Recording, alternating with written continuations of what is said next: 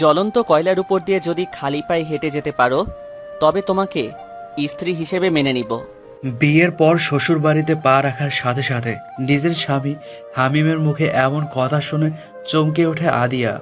উপস্থিত সবাই অবাক চোখে তাকিয়ে আছে হামিমের দিকে। হামিম, এসব কি বলছিস তুই?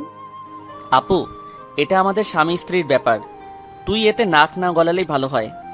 হামিমের বোন নীলা কিছু বলতে গেলে হামিম হাত উঠিয়ে বাধা দেয় আর আদিয়ার উদ্দেশ্যে বলে ওঠে, তোমাকে কি এখন কথাটা আবার রিপিট করতে হবে নাকি কাজটা করবে? আদিয়া মাথা নিচু করে দাঁড়িয়ে আছে। আপাতত আদিয়ার কিচ্ছু বলার নেই। এখন হামিম তাকে যা করতে বলবে তাকে সেটাই করতে হবে। আদিয়ার হাত পা বাঁধা, কিচ্ছু করার নেই তার। তাই সে আর বেশি কিছু না ভেবে মাথা নেড়ে সম্মতি জানায়। হামিমের ঠোঁটের কোণে তৃপ্তিময় হাসি ফুটে ওঠে। হামিম, তুই এসব পাগলামি বাদ দিবি নাকি আমি চলে যাব এখান থেকে? হামিম তার বোনের কথার কোনো উত্তর না দিয়ে তার গার্ডকে বলে ওঠে, আপুকে তার শ্বশুর বাড়িতে সাবধানে পৌঁছে দিয়ে আসো।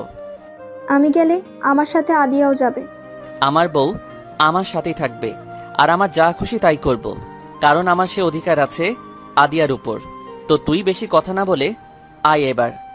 বাবা মা মারা যাওয়ার পর থেকে তোকে নিজের সন্তানের মতো কোলে পিঠে করে মানুষ করেছি, আর তোকে তো আমি এমন শিক্ষা দেইনি যে একটা মেয়ের উপর এতটা নিষ্ঠুর হবি।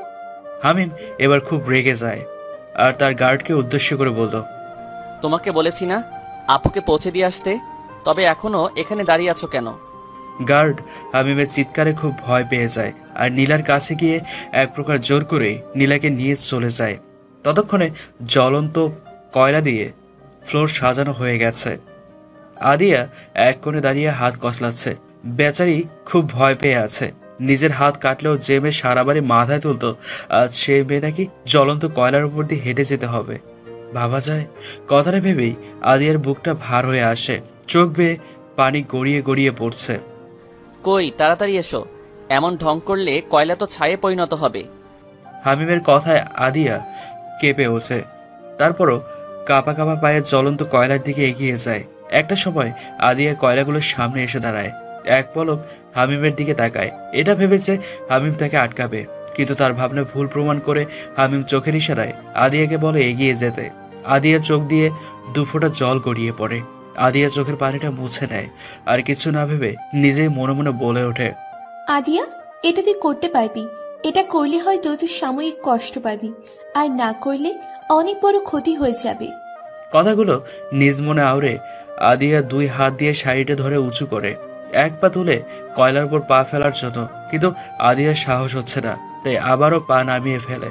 আদিয়া আবারও হামিমের দিকে তাকায়।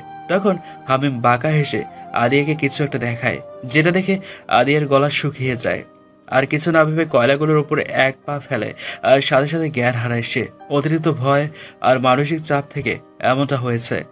আদিয়া ফ্লোরে লুটিয়ে পড়ার আগেই হামিম এসে আদিয়াকে ধরে ফেলে আর কোলে তুলে নেয়। ড্রয়িং রুমে বসে একের পর এক শাড়ি দেখেই চলেছে হামিম, কিন্তু কোনোটাই তার মন মতো হচ্ছে না। অনেকগুলো দোকানদার তাদের দোকানের বেস্ট শাড়ি নিয়ে এসেছে, কিন্তু হামিমের সেসব কিছুই পছন্দ হচ্ছে না। এভাবে অনেকক্ষণ দেখার পরও যখন হামিম শাড়ি পছন্দ করতে পারল না, তখন হামিম হার মেনে নিল। এসব তার দ্বারা সম্ভব নয়। আর সম্ভব হবেই বা কি করে? মেয়েদের জামা কাপড় নিয়ে তার কোনো আইডিয়া থাকলে তো। কখনো কোনো মেয়ের জন্য শাড়ি কিনেছে নাকি সে? হ্যাঁ? হামিম এবার বসা থেকে উঠে দাঁড়ায় আর কিচেন থেকে মলিকে, অর্থাৎ কাজের মেয়েকে নিয়ে আসে। দেখো তো এখানে কোন শাড়িটা ভালো, কোনটা আদিয়ার জন্য বেস্ট হবে। মলি হামিমের কথা শুনে যেন রাতের আকাশের সূর্য দেখতে পেল, এতটাই অবাক হয়েছে মলি। বিয়ের প্রথম দিন যিনি তার বউকে জ্বলন্ত কয়লার উপর দিয়ে হাঁটায়, সে নাকি তার বউয়ের জন্য শাড়ি কিনছে। মলি অবাক চোখে ড্যাব ড্যাব করে হামিমের দিকে তাকিয়ে আছে। হামিম এবার খুব বিরক্ত হয়। আমার দিকে তাকাতে বলিনি, শাড়ি দেখতে বলেছি তোকে।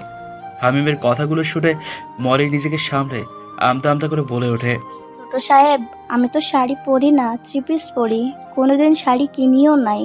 আমার সব কাপড় চোপড় তো নীলা ম্যাডামই আইনা দেয়, আমি কেমনে বৌমনির লাগিয়ে শাড়ি পছন্দ করবো? হামিম মলিকে ব্রেকে কিছু বলতে চায়, কিন্তু কিছু একটা ভেবে চুপ করে তার রুমের দিকে এগিয়ে যায়। হামিম তার রুমে এসে দেখে আদিয়া খাটে বসে তার পা দেখছে। হামিম পকেটে হাত দিয়ে ভ্রু কুঁচকে তাকায় আদিয়ার দিকে, আর আদিয়া ঘরে কারো উপস্থিতি বুঝতে পেরে দরজার দিকে তাকায়। আর দেখে হামিম 3/4 প্যান্ট আর কালো গেঞ্জি পরে পকেটে হাত দিয়ে তার দিকে ভ্রুকুচকে তাকিয়ে আছে। আদিয়া সেটা দেখে খাট থেকে নেমে হামিমের সামনে দাঁড়ায়। আমার পায়ে কোনো পোড়া দাগ নেই কেন? আদিয়ার কথা শুনে হামিম হেয়ালি করে বলে, সেটা আমাকে জিজ্ঞেস না করে নিজের পাকে জিজ্ঞেস করো। দেখুন, আমি মজা করার মতো মুডে একদমই নেই। আমার তো খেয়ে দে কাজ নেই, তোমার সাথে মজা করব। এখন চলো আমার সাথে। আমি কোথাও যাব না আপনার সাথে। আগে বলুন, পায়ে কোনো পোড়া দাগ নেই কেন? আমার স্পষ্ট মনে আছে আমি চলন্ত কয়লার উপরে এক পা ফেলেছিলাম। তারপর কি হয়েছে জানা নেই, তো সেই হিসেবে তো আমার এক পায়ে পোড়া দাগ থাকবে, তাই না? আমার সাথে কেউ এভাবে কথা বলুক সেটা আমি একদমই পছন্দ করি না। প্রথমবার তাই কিছু বললাম না, কিন্তু নেক্সট টাইম এমন হলে আমার থেকে খারাপ কেউ হবে না। এখন চুপচাপ আমার সাথে চলো। হামিম কথাগুলো বেশ গম্ভীর হয়েই বলে। তাতে আদিয়া অনেকটা ভয় পায়, তাই আর কোনো কথা না বলে হামিমের পেছনে পেছনে যায়। এখান থেকে যে শাড়িগুলো পছন্দ হবে রেখে দাও। কিন্তু আমি তো শাড়ি পরি না। তোমার থেকে জানতে চাইনি আমি কি পরো আর কি পরো না। আমি তোমাকে যেটা করতে বলবো সেটাই করবে তুমি। তাই আজ থেকে তুমি শাড়ি পরবে, শাড়ি ব্যতীত কোনো কিছু যাতে পরতে না দেখি। তো চুপচাপ শাড়ি সিলেক্ট করো, বেশি কথা বলবে না। কথাগুলো বলেই হামিম তার ফোনটা নিয়ে চলে যায় সেখান থেকে। আর আদিয়া মন খারাপ করে শাড়ি দেখছে। আদিয়া না তো শাড়ি পরতে পারে আর না পরে সামলাতে পারে। বিয়েতে শাড়িটা পরতে যে কষ্ট করতে হয়েছে সেটা আদিয়া ছাড়া আর কেউ জানে না। কিন্তু হামিম যখন বলেছে তখন তার যত কষ্টই হোক না কেন সেটা আদিয়াকে করতেই হবে, নয়তো হিতে বিপরীত হবে। তাই আদিয়া চুপচাপ শাড়ি দেখছে। রাত 12:20 হামিম তার ঘরে আসে আর এসে দেখে আদিয়া ঘরে নেই। হামিমের খুব রাগ হয়। হামিম রেগে ঘর থেকে বের হয়ে যায় আর সারা বাড়ি আদিয়াকে খোঁজে। প্রায় 15 মিনিটের মতো খোঁজার পরও যখন আদিয়াকে পায় না, তখন হামিম তার ঘরে আসে আর ফোনটা হাতে নেয় কাউকে কল দেওয়ার জন্য। কিন্তু তখন সে কিছু একটা আওয়াজ শুনতে পায়। হামিম আওয়াজটা কোন দিক থেকে আসছে সেটা বোঝার চেষ্টা করছে আর সেদিকে এগিয়ে যাচ্ছে। আওয়াজটা তারই ঘরে হয়েছে, তাই হামিম চারপাশটা ভালো করে দেখে ওয়াশরুমে যায়। আর গিয়ে যা দেখে তা দেখার পর হামিম খুব জোরে একটা চিৎকার দেয়। চিৎকার দেওয়ার কারণ হলো তার সামনে আদিয়া আছে আর আদিয়ার হাতে তার ল্যাপটপ। এতটুকু অবধি ঠিক ছিল, কিন্তু তার ল্যাপটপের অবস্থা একদম নাজেহাল। ল্যাপটপ পানিতে চুপচুপ হয়ে আছে আর হয়তো ফ্লোরে পড়েছে, তার জন্য কিছুটা ফেটেও গেছে। আর এসব দেখেই হামিম ওভাবে চিৎকার করে ওঠে। হামিম ওয়াশরুমে প্রবেশ করার পরপরই আদিয়া পেছনে ঘুরে যায় আর হামিম খুব রেগে তেড়ে যায় আদিয়ার দিকে। হামিম এক ঝটকায় আদিয়ার হাত থেকে তার ল্যাপটপটা ছিনিয়ে নেয়। আমার ল্যাপটপের এই অবস্থা কিভাবে হলো? কি করেছো তুমি এটার সাথে? খুব রেগে কথাগুলো বলে হামিম। আর আদিয়া ভয়ে গুটিয়ে রয়েছে। পেছনে হামিমের দিকে তাকাবার সাহসটুকু তার হচ্ছে না। আদিয়ার কোনো সাড়া না পেয়ে হামিম আরো রেগে যায় আর আদিয়ার হাত ধরে তার দিকে ঘোরায়। আদিয়ার দিকে তাকিয়ে হামিম অপ্রস্তুত হয়ে যায়, তাই হামিম আর কিচ্ছু না বলে গটগটিয়ে ওয়াশরুম থেকে এক প্রকার পালিয়ে যায়। সেটা দেখে আদিয়া যেন হাত ছেড়ে বাঁচে, কিন্তু তার এখন খুব লজ্জাও করছে। কি হলো এখন? কিভাবে যাবে সে হামিমের সামনে? অন্যদিকে হামিম সে তার রুম ত্যাগ করে সিঁড়ির কাছে এসে দাঁড়ায় আর 2 হাত দিয়ে চুলগুলো টেনে ধরে আর মনে মনে আদিয়ার 14 গোষ্ঠী উদ্ধার করে চলেছে। ইডিয়েট, একটা কোনো সেন্স নেই নাকি? এভাবে একটা ছেলের ওয়াশরুমে? ইস, ভাবতেই গায়ে কাটা দিচ্ছে। দরজা ভালো করে না আটকে ওয়াশরুমে শাড়ি পরছে। অনেকক্ষণ পর আদিয়া শাড়িটা কোনো মতে গায়ে পেঁচাতে পেরেছে। এবার বাইরে যাওয়ার পালা, কিন্তু আদিয়া বাইরে যাওয়ার সাহস পাচ্ছে না। তার খুব লজ্জা করছে, তার সাথে ভয়ও করছে। এখন আমি বাইরে যাব কিভাবে? উনি হয়তো রুমেই আছেন, আর ওনার ল্যাপটপের যেভাবে 13টা বাজিয়েছি তাতে করে উনি তো খুব রেগে আছে। সামনে পেলেই কাছে চিবিয়ে খাবে, পুরোই ডাইনোসর। এমন অনেক কিছুই ভাবতে ভাবতে আদিয়া ওয়াশরুমের দরজাটা হালকা করে উকি দিয়ে পুরো ঘরটা একবার চোখ বুলিয়ে নেয়। না, কোথাও হামিম নেই। আদিয়া এবার হাফ ছেড়ে বাঁচে আর ওয়াশরুম থেকে বের হয়ে রুমের দরজাটা ভালো করে বন্ধ করে দেয় আর বিছানায় গা এলিয়ে দেয়। আজ সে খুব ক্লান্ত, খুব ধকল গেছে আজ আদিয়ার ওপর। আদিয়া চোখ বন্ধ করার কিছুক্ষণের মধ্যে কিছুটা ভেসে ওঠে তার চোখের মধ্যে আর হুড়ুড়িয়ে শোয়া থেকে উঠে পড়ে। আল্লাহ, তুমি সহায়। দেখো, কোনো বিপদ যাতে কারো না হয়, কোনো নিষ্পাপ মানুষের যাতে কোনো ক্ষতি না হয়। কথাগুলো নিজ মনে আউড়ে আদিয়া নিজে উজু করে আসে আর তাহাজ্জুদের নামাজ আদায় করে নেয়। সকাল 7:56 আদিয়া এখনো গভীর ঘুমে আচ্ছন্ন। হঠাৎ দরজায় কেউ নক করে। আদিয়া লাফ দিয়ে বিছানা থেকে উঠে বসে, কারণ হামিম তাকে আগেই বলেছিল কেউ ডাকার আগেই যাতে ঘুম থেকে উঠে বাগানে যায় আর বাগানের গাছগুলোতে যাতে সে পানি দেয়, কিন্তু আদিয়া সেটা পারেনি। আদিয়া তাড়াতাড়ি শাড়ি ঠিক করে বিছানা থেকে নামে এবং এক প্রকার দৌড়ে যায় দরজা খুলতে, আর দরজা খুলে দেখে তার সামনে হামিম দাঁড়িয়ে আছে, পকেটে হাত গোছে। আসলে রাতে ঘুমাতে দেরি হয়ে গেছিল, তাই সকালে তাড়াতাড়ি উঠতে পারিনি। আপনি একটু বসুন, আমি এক্ষুনি বাগানের গাছগুলোতে পানি দিয়ে আসছি। একদমই কথাটা বলে আদিয়া ঘর থেকে বের হতে যায় আর হামিম ডেকে উঠে থাকে। আদিয়া, হামিমের এমন শান্ত স্বরে কথা বলাটা আদিয়াকে ভয় পাইয়ে দেওয়ার জন্য যথেষ্ট।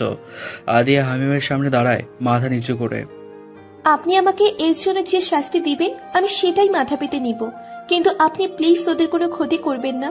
হামিম আদিয়ার কথার কোনো পাত্তা না দিয়ে আদিয়ার হাত ধরে টেনে রুমে আনে আর দরজাটা লাগিয়ে দেয়। আদিয়া ভয়ের শুকনো ঠোক গিলে হামিম আদিয়ার সামনে আসতে আসতে তার পকেট থেকে রুমাল বের করে চোখটা বেঁধে নেয়।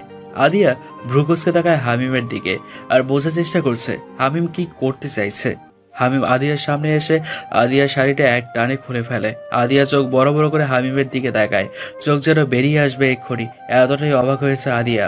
হামিম শাড়িটা পরিয়ে দেওয়ার জন্য আদিয়ার গায়ে হাত দিতে গেলেই আদিয়া ছিটকে দূরে সরে যায়। আমি পড়তে পারবো, প্লিজ আপনি যান এখান থেকে। বেশি কথা না বলে সামনে আসো, নয়তো চোখের বাঁধন খুলে শাড়ি পরাবো, তারপর শাড়ি আজ তোমাকে পরিয়ে ছাড়বো আমি। আদিয়া হতভম্ব, কিন্তু আদিয়া বেশি সময় না নিয়ে হামিমের সামনে এসে দাঁড়ায় আর হামিম খুব সুন্দর করে শাড়িটা পরিয়ে দেয়। শাড়ি পরানোর পর হামিম চোখের বাঁধন খুলে আদিয়াকে পা থেকে মাথা অবধি একবার দেখে নেয়। না, সব ঠিকই আছে, ভালোই হয়েছে শাড়ি পরানো। আদিয়া লজ্জায় মাথা নিচু করে আছে। হামিমের কথার প্রতিউত্তরে আদিয়া কিচ্ছু বলল না। এবার বলো, আমার ল্যাপটপের ওই অবস্থা কিভাবে করলে? কি করছিলে ল্যাপটপ নিয়ে ওয়াশরুমে? শাড়ি পরতে। ওয়াও, শাড়ি পরার জন্য তুমি ল্যাপটপের ওই অবস্থা করেছো? খুব ইন্টারেস্টিং তো ব্যাপারটা। হামিম কথাটা বেশ শান্ত হয়েই বলে, কিন্তু পরক্ষণেই খুব রেগে যায়।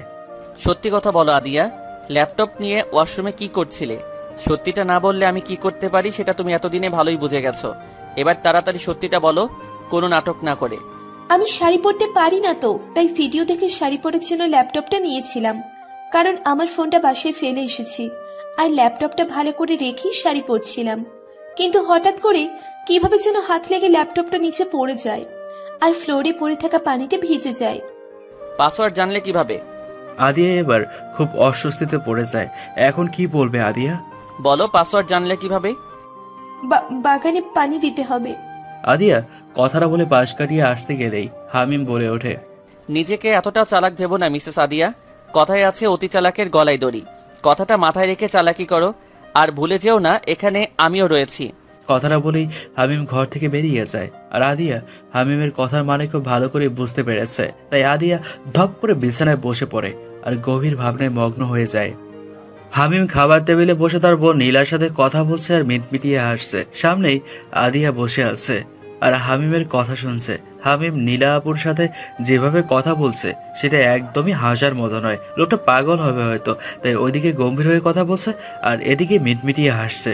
বেশ কিছুক্ষণ পর হামিম ফোন রেখে আদিয়ার দিকে ভ্রুকুচকে দেখায়। আপনি আপুর সাথে ওভাবে কথা কেন বললেন? আরে আপু এই বাড়িতে আসবে না তো কই যাবে? এটা যেমন আপনার বাবার বাসা, তেমনি তো ওনারও বাবার বাসা। তোমার থেকে আমি কিছু জানতে চেয়েছি? আদিয়া হামিমের কথা থতমত খেয়ে যায় আর মাথা নেড়ে না বোঝায়। তবে এত কথা কেন বলছো? বেশি কথা না বলে চুপচাপ খাওয়া কমপ্লিট করো। আদিয়া মাথা নেড়ে সম্মতি জানায় আর দুজনেই খাওয়ায় মনোযোগ দেয়। খাওয়া শেষ হওয়ার পর আদিয়া হামিমকে বলে, একটা কথা বলার ছিল। বলো। আমি হসপিটালে যেতে চাইছি। তো যাও, মানা কে করেছে? হামিমের কথা শুনে আদিয়া খুব খুশি হয় আর খুশিতে গদগদ হয়ে বলে ওঠে, সত্যি যাব? হ্যাঁ যাবে, তবে বাড়ির গাড়িতে যাবে, আবার বাড়ির গাড়িতে করে বাসায় ফিরবে। বাড়ি টু হসপিটাল, আর কোথাও যাবে না আমার অনুমতি ছাড়া। ঠিক আছে, আমি রাজি। আর আপনাকে অসংখ্য ধন্যবাদ। আমাকে ধন্যবাদ দেওয়ার কি হলো? ডাক্তার তুমি, আর ডাক্তারের কাজই হলো মানুষের সেবা করা। এখন আমি তো তোমার কাজের আর মানুষের সেবা করার পথে বাধা হয়ে দাঁড়াতে পারি না। বাধা হয়ে না দাঁড়ানোর জন্যই ধন্যবাদ আপনাকে। কথাটা বলে আদিয়া ছুটে তার রুমে চলে যায় রেডি হতে। হসপিটালে যাবে আজ, সেটা ভেবে খুব খুশি আদিয়া। আর হামিমের মুখে বাঁকা হাসি। আমি আমার রুমে গিয়ে ফ্রেশ হয়ে একটা বোরখা আর হিজাব পরে তৈরি হয়ে নিই, কারণ ওনার কড়া নির্দেশ কোথাও বাহিরে গেলে হিজাব আর বোরখা পরে যেতে হবে। তৈরি হয়ে নিচে নামতে দেখি হামিম নেই এখানে। সেটা দেখে আমি যেন হাঁপ ছেড়ে বাঁচলাম। যাক বাবা, ডাইনোসরটা এখানে নেই, থাকলে আবার কি না কি করতো আল্লাহই জানে। কথাটা বলেই আমি ধাপ ধুপ পা ফেলে তাড়াতাড়ি বাড়ি থেকে বেরিয়ে আসি। আর বাইরে গাড়ির সামনে এসেই আমার চোখ কপালে, কারণ আমি যে গাড়িতে করে যাব সেই গাড়িতে হামিমও বসে আছে। আমি থেমে যাই, সেটা দেখে হামিম মুচকি হাসে। থেমে গেলে কেন? তাড়াতাড়ি আসো, লেট হয়ে যাচ্ছে। মানে আপনি কোথায় যাচ্ছেন? কেন, হসপিটালে? আমি যে ভয়টা পেয়েছিলাম সেটাই হয়েছে। এই লোকটা অতি চালাক, এর সাথে এমনি এমনি পারা যাবে না। তাই আমি দীর্ঘশ্বাস ফেলে গাড়িতে উঠে বসি। গাড়ি চলছে তার আপন গতিতে, আর আমি একটু পর পর বাইরের দিকে তাকাচ্ছি। আর হামিম নিজ ফোন টিপছে। চাচা, গাড়িটা ওই শপিং মলের সামনে থামান তো। আদিয়ার কথা শুনে হামিম ফোনের থেকে দৃষ্টি সরিয়ে আদিয়ার দিকে তাকায়। কেন গাড়ি থামাতে বলছো? আমার একটা ফোন দরকার তো, সেটাই কেনার জন্য গাড়ি থামাতে বলছি। গাড়ি থামানোর দরকার নেই চাচা, আপনি হসপিটালেই যান। হামিম কথাটা বলেই আবার ফোন টিপায় ব্যস্ত হয়ে পড়ে। আর আমি রাগে ফুঁসছি। লোকটাকে কতগুলো কড়া কথা শুনিয়ে দেওয়ার ইচ্ছে হচ্ছে। আপনি কিন্তু বেশি বেশি করছেন এবার। আমার কোনো কথা উনি পাত্তা না দিয়ে চুপচাপ ফোন টিপছে। আজ বাড়িতেও তো মনে হয় নিয়ে যাবে না এই ডাইনোসরটা। বাড়িতে গেলেও কিছু একটা করা যেত। বেশ কিছুক্ষণ পর দুজনেই হসপিটালে এসে পৌঁছই। আমি গাড়ি থেকে বেরিয়ে আসার সময় আর চোখে একবার ওনার দিকে তাকাই। এ কি, উনিও নামছে কেন? আপনি নামছেন কেন? আপনার তো... এক কথা কতবার বলবো তোমাকে? তখন বলিনি হসপিটালে আসবো? চুপচাপ ভিতরে আসো, নয়তো কি হবে তুমি ভালো করেই জানো। কথাগুলো বলে হামিম ভিতরে চলে যায়। আর আমিও অসহায় মুখ করে ওনার পিছন পিছন যাই। হসপিটালে ঢোকার পরপরই উনি একটা ভয়ানক কাজ করে বসে। আমি চোখ বড় বড় করে ওনার দিকে তাকাই। আর উনি ডোন্ট কেয়ার ভাব নিয়ে আমার কাঁধে এক হাত দিয়ে জড়িয়ে ধরে আছে, আর এক হাত দিয়ে পকেটে দিয়ে হেঁটে চলেছে। আমি হাত সরাতে চাইলে উনি আরো জোরে চেপে ধরে। আর আশেপাশের বাকি সবাই অবাক চোখে দেখছে আমাদের। আর যারা পরিচিত তারা সবাই আমাদের দুজনকে শুভেচ্ছা জানাচ্ছে আমাদের নতুন জীবনের জন্য। আমার চেম্বারে ঢোকার পরপরই উনি আমার কাঁধ থেকে হাতটা সরিয়ে আমার চেয়ারে বসে পড়ে। আর আমি বোকার মতো ওনার দিকে ফেলিয়ে তাকিয়ে আছি। এটা কি হলো? আপনি হসপিটালে ঢোকার পর আমার কাঁধে হাত কেন দিয়েছেন? আর এখন আমার চেয়ারেই বা কেন বসেছেন? উঠুন বলছি। আমার যা মন চাইবে আমি সেটাই করব, আর তার কৈফিয়ত কাউকে দেই না আমি। ব্যাস, ওনার এই একটা কথায় আমার সব উত্তর পাওয়া হয়ে গেছে। কোন দুঃখে যে সেদিন ওনার মতো গাউড়ার সাথে আমার দেখা হলো, পুরোই তার ছিঁড়া মার্কার জামাই পড়ছে আমার কপালে। উনি বসে থেকে কাউকে কল দেন, আর একটু পর চেম্বারের ড্রাইভার চেঁচে এসে ওনার হাতে একটা ব্যাগ ধরিয়ে দিয়ে চলে যায়। এই যে মিসেস বউ, এবার যান। আমি ভ্রু কুঁচকে তাকাই ওনার দিকে। কই যাব আমি সেটা জানার জন্য।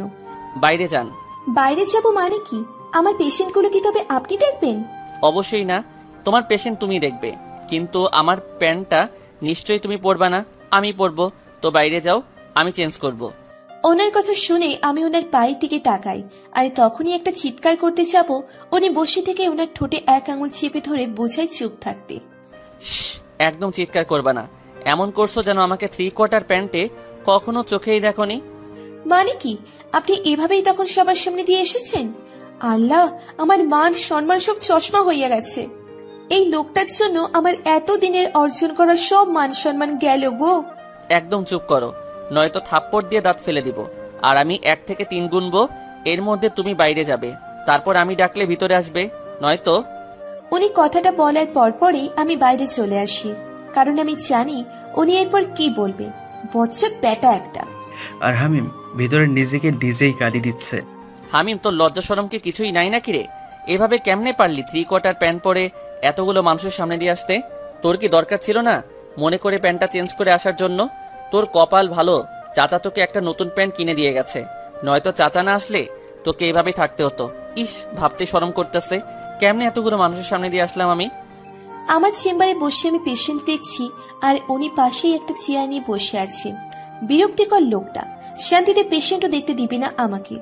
এমন বন্দি জীবন কার ভালো লাগে? আমার একদমই ভালো লাগছে না এমন জীবন।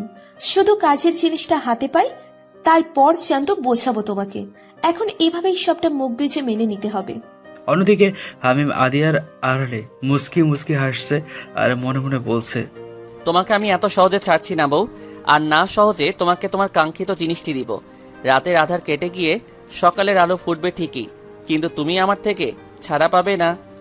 এসব ভাবনার মাঝেই হামিমের ফোনটা বেজে ওঠে আর হামিম ফোনটা রিসিভ করে। আদিয়া হামিমের দিকে তাকায়, কিন্তু আদিয়া কিছু বুঝে ওঠার আগেই হামিম বসা থেকে উঠে দাঁড়ায় খুব উত্তেজিত হয়ে। আমি আমার গার্ডকে পাঠিয়ে দিচ্ছি, তুমি তার সাথে বাড়িতে চলে এসো। খবরদার চালাকি করার চেষ্টা করবা না। তুমি যাই করো না কেন সবটা আমার কানে আসবেই।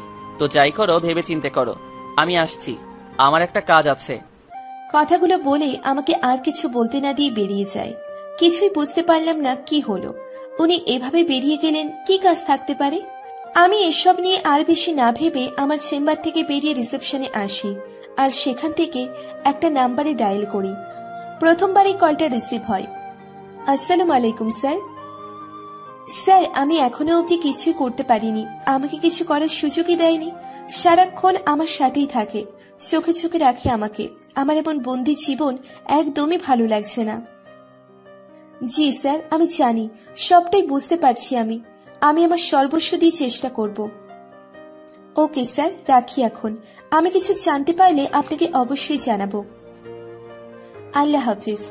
সারাদিন হসপিটালে কাটিয়ে সন্ধ্যায় বাড়িতে ফিরি। গাড়ি থেকে নামার পরই আমার পিছন পিছন দুইজন গার্ডও আসে। ভাল লাগে না এমন ভিআইপি মার্কা জীবন। সাধারণ মানুষের মতো জীবন কাটানোতেই আনন্দ। ক্লান্ত পায়ে বাড়িতে ঢুকি, আর বাড়ির ভিতরে ঢোকার আগেই কেউ আমার চোখ বেঁধে দিয়ে মুখও বেঁধে দেয়। আমি ছোটার চেষ্টা করলেও পারি না। লোকটা আমার হাত মুখ পা বেঁধেই আমাকে কোলে তুলে নেয়। বেশ অনেকক্ষণ পর আমার চোখে মুখে আর হাতের বাঁধন খুলে দেওয়া হয়। আমি দুই হাত দিয়ে চোখ কচলে আশেপাশে তাকিয়ে বোঝার চেষ্টা করছি আমি কোথায় আর কে আমাকে এখানে আনলো, কিন্তু আমি কিছুই দেখতে পাচ্ছি না। আমি কি অন্ধ হয়ে গেছি, নাকি জায়গাটাই এমন অন্ধকার? আমার মনে এক অজানা ভয়ের জন্ম নেয়। যারা আমাকে এখানে এনেছে তারা কি আমাকে মেরে ফেলার জন্য এখানে তুলে এনেছে? আমি মৃত্যুকে ভয় পাই না, কিন্তু আমি মরে গেলে সেসব মানুষের কি হবে যারা আমার মুখ চেয়ে এখনো বেঁচে আছে ন্যায় পাওয়ার জন্য? না, আমাকে এখান থেকে বের হতে হবে। তাই অন্ধকারে হাতড়িয়ে দরজা খুঁজে চলেছি। এভাবে বেশ কিছুক্ষণ খোঁজার পর আমার হাতের সংস্পর্শে কেউ আসে। আমি ঘাবড়ে যাই, কিন্তু নিজেকে যতটা সম্ভব ঠিক রাখার চেষ্টা করছি। কে আপনি?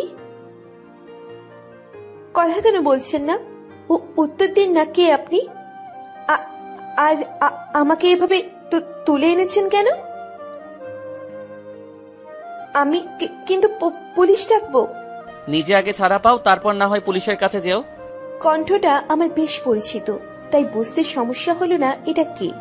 হামিম, আপনি আপনি আমাকে এভাবে বেঁধে নিয়ে এসেছেন কেন? চাইছেনটা কি আপনি? আমার যেটা করতে মন চায় আমি তাই করি, তার কৈফিয়ত আমি কাউকে দিতে বাধ্য নই। কথাটা বলেই উনি ঘরটার লাইট জ্বালিয়ে চলে যায়, আর আমি ঘরটা দিকে অবাক হয়ে যাই। এটা তো সেই বাড়ি না যেখানে আমরা সকালেও ছিলাম। এটা অন্য একটা বাড়ি। এই বাড়িতে উনি আমাকে এভাবে নিয়ে এলেন কেন? আমার মাথাতে কিছুই ঢুকছে না। এই লোকটা পুরোই রহস্যময়। এই লোকের সাথে আমার বিয়েটা না হলেও পারত। আমি মাথায় হাত দিয়ে ধপ করে বিছানায় বসে পড়লাম আর ভাবতে লাগলাম আজ থেকে 2 মাস আগের কথা, যখন আমার জীবনে এই হামিম নামের লোকটার প্রবেশ ঘটে। 2 মাস আগে মামাতো বোনের বিয়ে খাওয়ার জন্য 4 দিনের ছুটি নিয়েছিলাম হসপিটাল থেকে, কিন্তু 2 দিন যেতে না যেতে হসপিটাল থেকে কল আসে এমার্জেন্সি যাওয়ার জন্য। আমিও তখন সাথে সাথে রওনা হই সোনারগাঁও থেকে ঢাকার উদ্দেশ্যে। আর হসপিটালে এসে আমি বাকরুদ্ধ হয়ে যাই, কারণ হসপিটালের মধ্যে একের পর এক রোগী ভর্তি হয়েই চলেছে। সবাই এদিক সেদিক ছুটোছুটি করছে। আমি সবটা জানার জন্য একজন নার্সকে ডাক দিই। কি হচ্ছে এখানে? এত রোগী হসপিটালে একসাথে কি হয়েছে?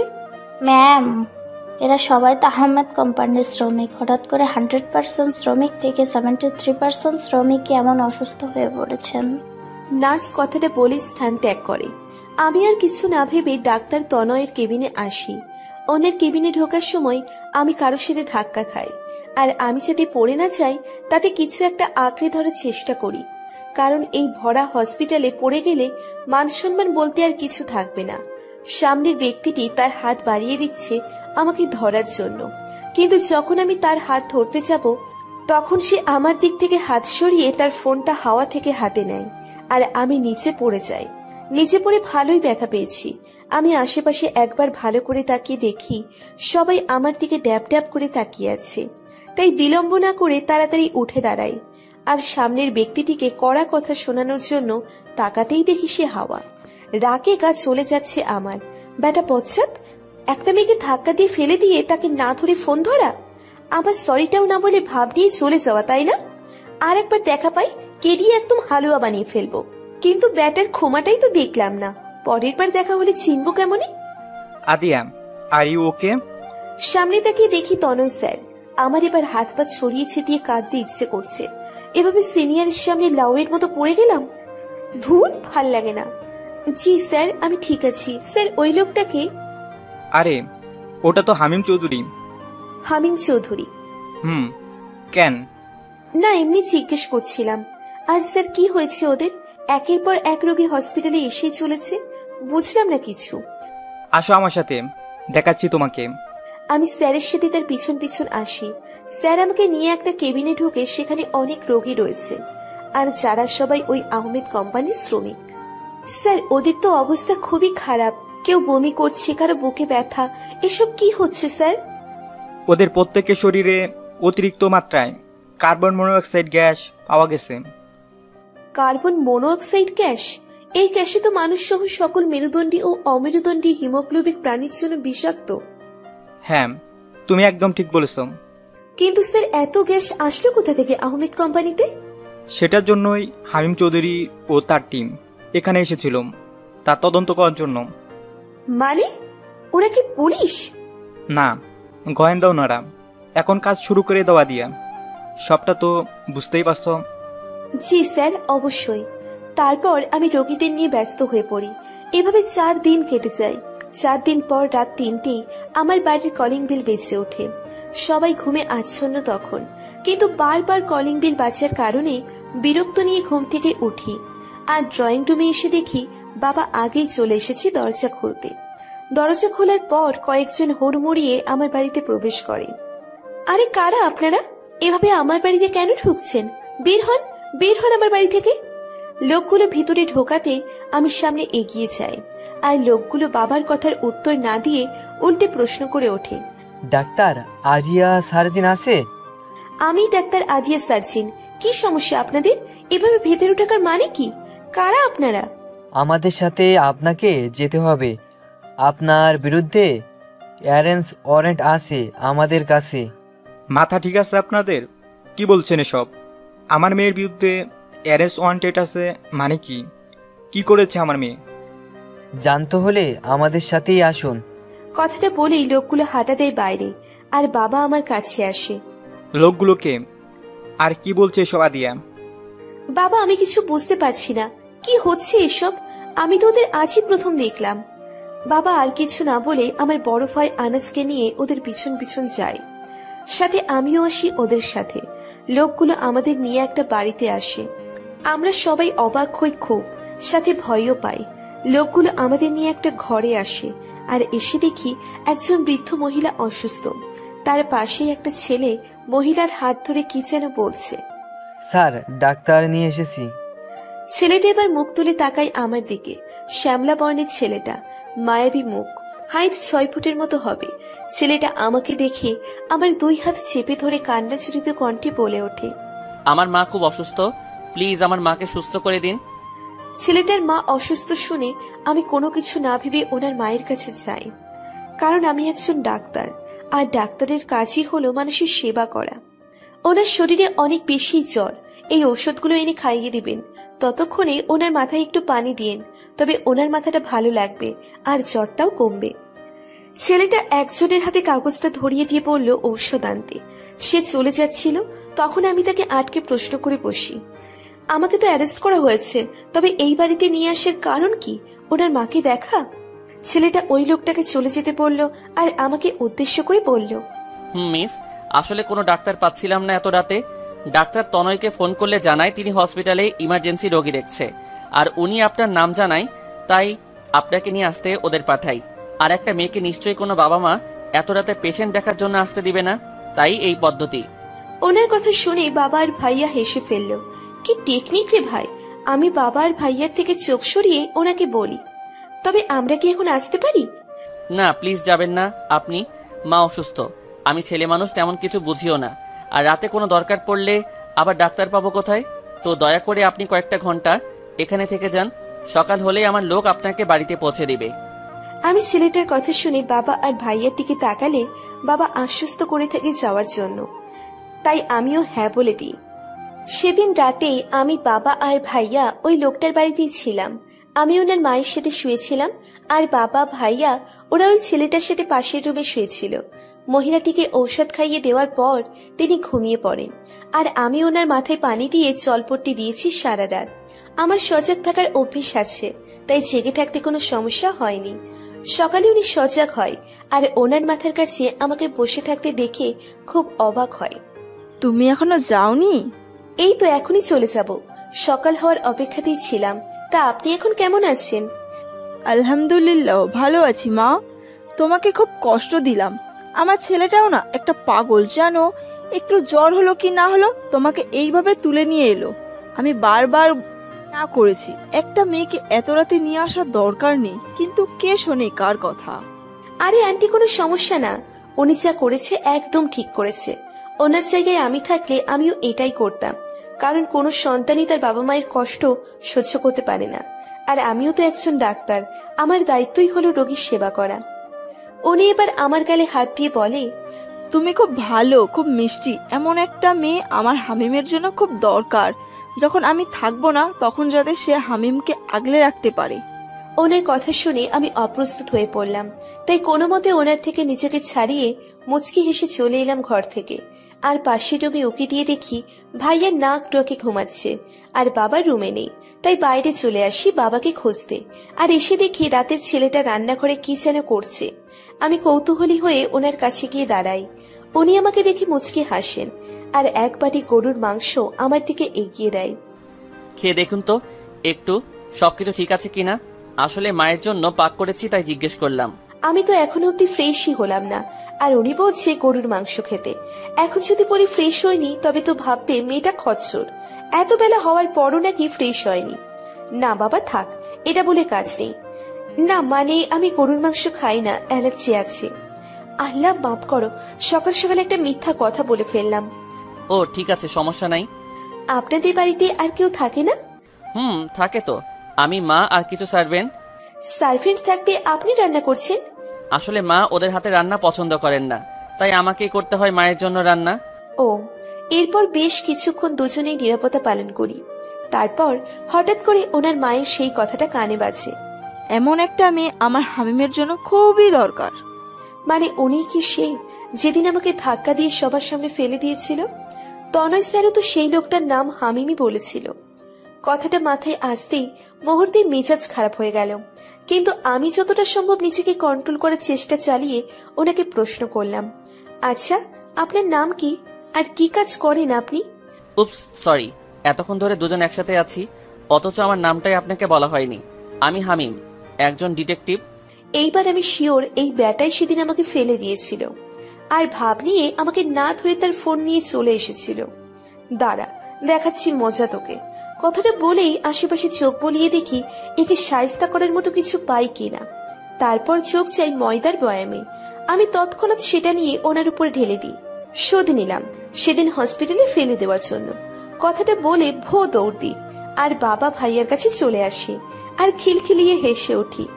ইস, একটা পিক তুলে নিলে মন্দ হতো না, পুরো সাদা ভূত হয়ে গেছে ময়দা দিয়ে। কথাটা বলে আবারও হাসিতে মেতে উঠি। অন্যদিকে হামিম এটার জন্য মোটেও প্রস্তুত ছিল না। হামিম স্ট্যাচু হয়ে দাঁড়িয়ে আছে ওভাবে। সে বোঝার চেষ্টা করছে এই মুহূর্তে ঠিক কি হলো তার সাথে। আর যখন বুঝতে পারলো তখন রেগে গেল খুব। ভূত! এত জোরে কারো গলা বেয়ে হামিম আশেপাশে তাকিয়ে দেখে মলি ফ্লোরে জ্ঞান হারিয়ে পড়ে আছে। সেটা দেখেই হামিম এক গ্লাস পানি নিয়ে মলির সামনে গিয়ে চোখে মুখে পানি ছিটিয়ে দেয়। একটু পর মলির জ্ঞান ফিরে চোখের সামনে হামিমকে এই অবস্থা দেখে আবারও চিৎকার করে জ্ঞান হারায়। হামিম বেচারা পড়েছে ঝামেলায়, তাই হামিম তার ঘরে চলে গেল ফ্রেশ হতে। তারপর মলির কাছে যাবে আর আদিয়াকে পরে দেখে নেবে, সে এমনটা মনস্থির করে। সেদিন আমরা হামিম আর ওনার মায়ের থেকে বিদায় নিয়ে বাড়িতে চলে আসি। হামিম আমাকে কিছু বলেনি সেদিন, সাথে বাবা আর ভাইয়া ছিল বলে। তবে আমি এখন মনে মনে খুব বেশি খুশি, কারণ প্রতিশোধ নিতে পেরেছি আমি। এরপর কেটে যায় আরো 2 দিন। এই 2 দিনে আহমেদ কোম্পানির অনেক শ্রমিক মারা গেছে, কেউ কোমায় আছে আর কেউ সুস্থ হয়েছে। এসবে মনটা বড্ড বেশি ভার হয়ে আছে। একদিন হসপিটালে একটা মিটিং ডাকা হয়, যেখানে হসপিটালের কয়েকজন ডাক্তার সহ আমিও সেখানে ছিলাম। মিটিং শেষ করে বের হয়ে আমার চেম্বারের দিকেই যাচ্ছিলাম, কিন্তু চেম্বারের সামনে হামিমকে দেখে ঘাবড়ে যাই আর উল্টো দিকে হাঁটা শুরু করি। এখন উনিও যদি প্রতিশোধ নেওয়ার জন্য আসে, তবে তো পুরো হসপিটালের সামনে আবারও আমার মান সম্মানে টানাটানি পড়বে। কথাটা ভেবে হাঁটার স্পিড বাড়িয়ে দিই, কিন্তু বেশি দূর যেতে পারিনি। তার আগেই পেছন থেকে কেউ একজন বলে ওঠে, এত ভীত হয়ে ডাক্তার হলেন কিভাবে? কথাটাই কেমন অপমান বোধ হলো আমার, তাই রেগে পেছন ফিরে আঙ্গুল তুলে কিছু বলার জন্য তাকাতেই থমকে যায়। কারণ উনি আমার দিকে খুব রেগে তাকিয়ে আছে। উনি যেভাবে রেগে আছে তাতে ওনার কাছে আমার রাগ কিছুই না। কি সব হাওয়া ফুস কথা কেন বলছেন না মিস আদিয়া? আপনি যে ভীতু সেটা কি আবার প্রমাণ করার জন্য এভাবে ঘুটিয়ে রয়েছেন? আমি এবার কয়েকবার পিছিয়ে যাই আর রেগে বলি, আপনার মতো ডাইনোসর বচ্চাত ব্যাটাকে ভয় পেতে আমার বয়ে গেছে। কথাটা বলেই আবারও দৌড় লাগাই, আর উনি পেছন থেকে বোকার মতো তাকিয়ে রইল। এরপর কেটে যায় আরো 15 দিন। এই কদিনে হামিমের সাথে আমার বহুবার দেখা হয়েছে হসপিটালে। উনি আহমেদ কোম্পানির সেই কেসটার তদন্ত করার জন্য মাঝে মধ্যেই হসপিটালে আসতেন, এটা ওটা জানার জন্য। আর দুজন সামনাসামনি পড়লে দুজন এমন ভাব ধরতাম যেন কেউ কাউকে চিনেই না। ভালোই কাটছিল দিন, কিন্তু হঠাৎ একদিন হসপিটাল থেকে বাড়িতে এসে দেখি সেই আন্টিটা, মানে হামিমের মা, আমাদের বাড়িতে। ওনাকে দেখে যতটা না অবাক হয়েছি, তার চেয়ে বেশি অবাক হয়েছি ওনার সাথে হামিমকে দেখে। আসসালামু আলাইকুম আন্টি, কেমন আছেন আপনি? ওয়ালাইকুম সালাম। আমি ভালো আছি মা, কিন্তু তোমার সাথে অভিমান করেছি। কেন আন্টি, আমি কি কিছু করেছি? তুমি তো সেদিনের পর আর আমার সাথে দেখা করতেও গেলে না। হামিমকে কতবার বলেছি তোমাকে নিয়ে যেতে, কিন্তু তুমি নাকি খুব ব্যস্ত, তাই আসতে পারবে না। তাই আমিই চলে এসেছি তোমার সাথে দেখা করতে। খুব ভালো করেছেন আন্টি, আপনি একটু বসুন, আমি চেঞ্জ করে আসছি। কথাটা বলেই আমি হামিমের দিকে আর চোখে তাকিয়ে একটা ভেঙচি কেটে চলে আসি, আর ফ্রেশ হয়ে জামা চেঞ্জ করে নিচে নেমে আসি। আর আসার পর যে কথাটা শুনি, সেটা শোনার জন্য আমি প্রস্তুত ছিলাম না একদমই। বিয়ে মানে? কার বিয়ে? আদিয়া, তুই ভিতরে যা, তোর সাথে এটা নিয়ে পরে কথা বলছি। বাবা। ভেতরে যা। আমি আর কিছু না বলে আমার রুমে চলে আসি আর গভীর ভাবনায় মগ্ন হই। হঠাৎ বিয়ের কথা কেন বলল বাবা? এসব নিয়ে যখন ভাবছিলাম তখন ঘরে কারো প্রবেশ ঘটে। আমি মাথা তুলে তাকিয়ে দেখি হামিম। ওনাকে দেখে আমি খুব বেশি অবাক হই। আপনি আমার ঘরে কেন? আর দরজা কেন লাগাচ্ছেন? উনি আমার কথার কোনো উত্তর না দিয়ে দরজা আটকে খাটে বসে। উনি বসার সাথে সাথে আমি দাঁড়িয়ে যাই। কি করতে চাইছেন আপনি? তোমার সাথে কথা বলতে চাইছি। বাপরে, আপনি থেকে ডিরেক্ট তুমি? আর যাই হোক, নিজের হবু বউকে তো আর আপনি করে বলতে পারি না। হবু বউ মানে? কে আপনার হবু বউ? কেন তুমি? মাথা ঠিক আছে আপনার? কি সব আজে বাজে কথা বলে চলেছেন? নিচে তো শুনলেই বিয়ের কথা চলছে, আর সেটা তোমার আর আমার বিয়ের জন্য। আমি আপনাকে বিয়ে করব না। আপনাকে কেন, কাউকেই বিয়ে করব না আমি। আমি এখনই বাবার কাছে যাব। আদিয়া, এটা আমার মায়ের শেষ ইচ্ছে। শেষ ইচ্ছে মানে? মানে মায়ের ক্যান্সার, আর বেশি গেলে 1 মাস বাঁচবে। তারপর তাকে এই পৃথিবীর মায়া ত্যাগ করে চলে যেতে হবে পরকালে। ওনার কথা শুনে আমি খুব অবাক হই, তার সাথে খুব খারাপও লাগে। প্লিজ আদিয়া, আপনি এই বিয়েটা ভেঙে দিবেন না। আমার মায়ের কথা চিন্তা করে আপনি প্লিজ এই বিয়েটা করুন। আমার মার এই শেষ ইচ্ছেটা প্লিজ পূরণ করে দিন। আমি ওনাকে কিছু না বলে চুপ করে দাঁড়িয়ে থাকি। উনি আমার দিকে এক দৃষ্টিতে তাকিয়ে আছে আমার উত্তর জানার জন্য। বেশ কিছুক্ষণ চুপ থাকার পর আমি ওনাকে বলি, আমার একটু সময় দরকার, আমি আপনাকে পরে জানাচ্ছি। ঠিক আছে, সময় নিন আপনি, কিন্তু উত্তর যেন পজিটিভ আসে। তারপর উনি ঘর থেকে চলে যায়, আর আমি ধপ করে বিছানায় বসে পড়ি। কি করব বুঝতে পারছি না আমি। এসব নিয়ে চিন্তা করতে করতে রাত গড়িয়ে সকাল হয়ে যায়। আমি সকালে হসপিটালে যাওয়ার জন্য রেডি হচ্ছি, তখন ফোনটা বেজে ওঠে। আসসালামু আলাইকুম, কে বলছেন? ওয়ালাইকুম আসসালাম, হামিম বলছি। জি বলুন। আমি আপনার সাথে আজ একটু দেখা করতে চাইছি, আপনার কি সময় হবে? হসপিটালে এখন খুব চাপ তো, মনে হয় না পারবো। জরুরি কোনো কথা? জরুরি কথা থাকলে আপনি হসপিটালে চলে আসুন, সেখানেই না হয় কথা হবে। আচ্ছা ঠিক আছে। তারপর ফোন রেখে নিচে এসে ডাইনিং টেবিলে বসার পর মা খাবার বেড়ে দেয়। আমার খাওয়ার মাঝে সেখানে বাবা উপস্থিত হয়। তোর সাথে আমার কিছু কথা আছে দিয়া। আমি জানি তুমি কি বলবে বাবা, আমার একটু সময় চাই। হাতে একদমই সময় নেই। হামিমের মা অসুস্থ, তাই তিনি চাইছেন দুদিনের মধ্যেই বিয়েটা সেরে ফেলতে। বাবা প্লিজ, এটা নিয়ে এখন চাপ দিও না। আমি সময় চেয়েছি তো, আমাকে একটু ভাবার সময় দাও। আমি মত দেওয়ার আগে তোমরা কোনো সিদ্ধান্ত নিও না। কথাটা বলেই বাসা থেকে বেরিয়ে আসি। চেম্বারে বসে রোগী দেখছিলাম, তখন সেখানে উপস্থিত হয় হামিম। রোগী বিদায় করে ওনাকে বসতে বলি। কি খাবেন, চা না কফি? না কিছু লাগবে না, আমি এসেছি তোমার সাথে কথা বলতে, তো কথা বলেই চলে যাব। কি লোকরি বাবা, এক সময় তুমি বলে আর এক সময় আপনি বলে, মাথার নাটবল্টু কি ঢেলা নাকি?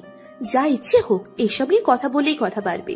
তার থেকে ভালো শর্টকাটে কথা বলে বিদায় দিও ওনাকে। হ্যাঁ বলুন, কি বলতে চান আপনি? আমার মায়ের হাতে তো বেশি সময় নেই, তাই উনি চাইছে কাল পরশুর মধ্যে বিয়েটা যাতে হয়ে যায়। বাবা বলেছে আমাকে। আমি জানি তুমি এসবের জন্য প্রস্তুত নও, কিন্তু তারপরও আমি স্বার্থপরের মতো আমার মার শেষ ইচ্ছেটা পূরণ করার জন্য তোমার কাছে অনুরোধ করছি, রাজি হয়ে যাও। আমার মা তোমাকে দেখে মনে করছে তুমি সঠিক আমার জন্য, তুমি পারবে সারা জীবন আমার হাত ধরে একসাথে চলতে। তাই মায়ের শেষ ইচ্ছে হিসেবে তোমাকে নিজের ছেলের বউ হিসেবে পেতে চাইছে। আমি বুঝতে পারছি সবটা, কিন্তু আমি এখনই বিয়ে করতে চাইছি না। তারপরও একজন মৃত্যু পথযাত্রী মায়ের কথা ভেবে আমি বিয়েটা করব। সত্যি তুমি বিয়েটা করবে? করব। বুকের উপর থেকে একটা পাথর সরালে। আমি এখনই বাড়িতে গিয়ে মাকে জানাই, মা জানলে খুব খুশি হবে। আর বিয়ের আয়োজনও তো করতে হবে। তারপর উনি চলে যায়, আর আমি একটা দীর্ঘশ্বাস ফেলে কাজে মন দিই। আমাদের বিয়ে ঠিক করা হয় 1 সপ্তাহ পরে, কারণ আমার বাবা বলেছে একমাত্র মেয়ের বিয়ে তিনি ধুমধাম করে পালন করবে। তাই এই সময়টুকু নেওয়া, এর মাঝে সবকিছু ঠিকই চলছিল। কিন্তু একদিন হঠাৎ করে ওনার মা খুব অসুস্থ হয়ে পড়েন, আর ওনাকে হসপিটালে নিয়ে যাওয়ার পর ডাক্তার জানায় ওনার হাতে আর বেশি সময় নেই, যে কোনো সময় যা খুশি হতে পারে। আর তখন হামিমের মা আমার বাবাকে ডেকে পাঠায় ওনার কেবিনে। ভাই সাহেব, আমার সময় তো শেষ, কিন্তু শেষ সময়টুকু আমার ছেলেটার পাশে আপনার মেয়েকে দেখতে চায় পুত্রবধূ হিসাবে। আপনি প্লিজ আমার এই ইচ্ছাটা পূরণ করুন, নয়তো মরেও শান্তি পাবো না। আপা আপনি এভাবে বলবেন না, আমি এক্ষুনি ওদের বিয়ের ব্যবস্থা করছি। অতঃপর আমাদের সেদিনই বিয়ে হয়ে যায় পারিবারিকভাবে। তার পরের দিনই ওনার মা মারা যায়। উনি খুব ভেঙে পড়েন, আমাকে জড়িয়ে ধরে সেদিন হাউ মাউ করে কেঁদেছিলেন। কিন্তু সেখানে কোথাও তখন নীলা আপুর ছায়াও দেখিনি। ওনার মৃত্যুর খবর শুনেও আসেননি আপু। এতে আমি খুব অবাক হই, কিন্তু পরে জানতে পারি আপু দেশের বাহিরে ছিলেন, তাই আসতে পারেননি। এভাবে কেটে যায় আরো কয়েকদিন। আমাদের বিয়ের 17 দিন চলছে এখন। হামিম এখন আমাদের বাড়িতেই থাকে, তবে উনি এক রুমে আর আমি আর এক রুমে। বাবা হামিমকে একা কিছুতেই ওই বাড়িতে থাকতে দিবেন না, তাই এখানে রেখে দেওয়া। আমি মাঝে মধ্যে হসপিটাল থেকে ওনার রুমে গেলে আমার সাথে কথা বলতো, খুব স্বাভাবিকভাবেই। আবার উনিও আমার সাথে কথা বলার জন্য আমার রুমে যেতেন, আর বাড়ির কারোর সাথেই তেমন কথা বলতেন না। একদিন হসপিটাল থেকে বাড়িতে এসে ফ্রেশ হয়ে ওনার রুমে যাওয়ার সময় শুনতে পাই উনি কারোর সাথে ফোনে কথা বলছেন। কেসটা অ্যাক্সিডেন্ট কেস হিসেবে চালিয়ে দাও। আর আহমেদ কোম্পানি যে সকল শ্রমিক মারা গেছে, কোমায় আছে, তাদের পরিবারের সাথে কথা বলো যে তাদের প্রত্যেককে 2 লক্ষ টাকা করে দেয়া হবে ক্ষতিপূরণ হিসেবে। আমি যেটা বলেছি সেটাই হবে, আর যা প্রমাণ আছে সব নষ্ট করে দাও। কথাগুলো শুনে আমার দুনিয়া থমকে যায়। এতগুলো মানুষের মৃত্যু উনি টাকা দিয়ে সব ঠিক করতে চাইছে? কত টাকা ঘুষ দিয়েছে আহমেদ কোম্পানির মালিক আপনাকে? ঘরে ঢুকতে ঢুকতে কথাটা বলি আমি, আর উনি অবাক চোখে আমার দিকে তাকায়। কি বলছো এসব? ঘুষ দিয়েছে মানে? এইমাত্র তো বললেন সেদিনের আহমেদ কোম্পানিতে ঘটা সেই ঘটনাকে অ্যাক্সিডেন্ট কেস হিসেবে চালিয়ে দিতে আর সব প্রমাণ নষ্ট করে দিতে। আমার কথা?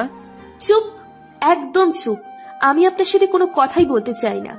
আপনি খুব খারাপ একটা মানুষ, চলে যান এখান থেকে। আমি আপনার মুখ দ্বিতীয়বারও দেখতে চাই না।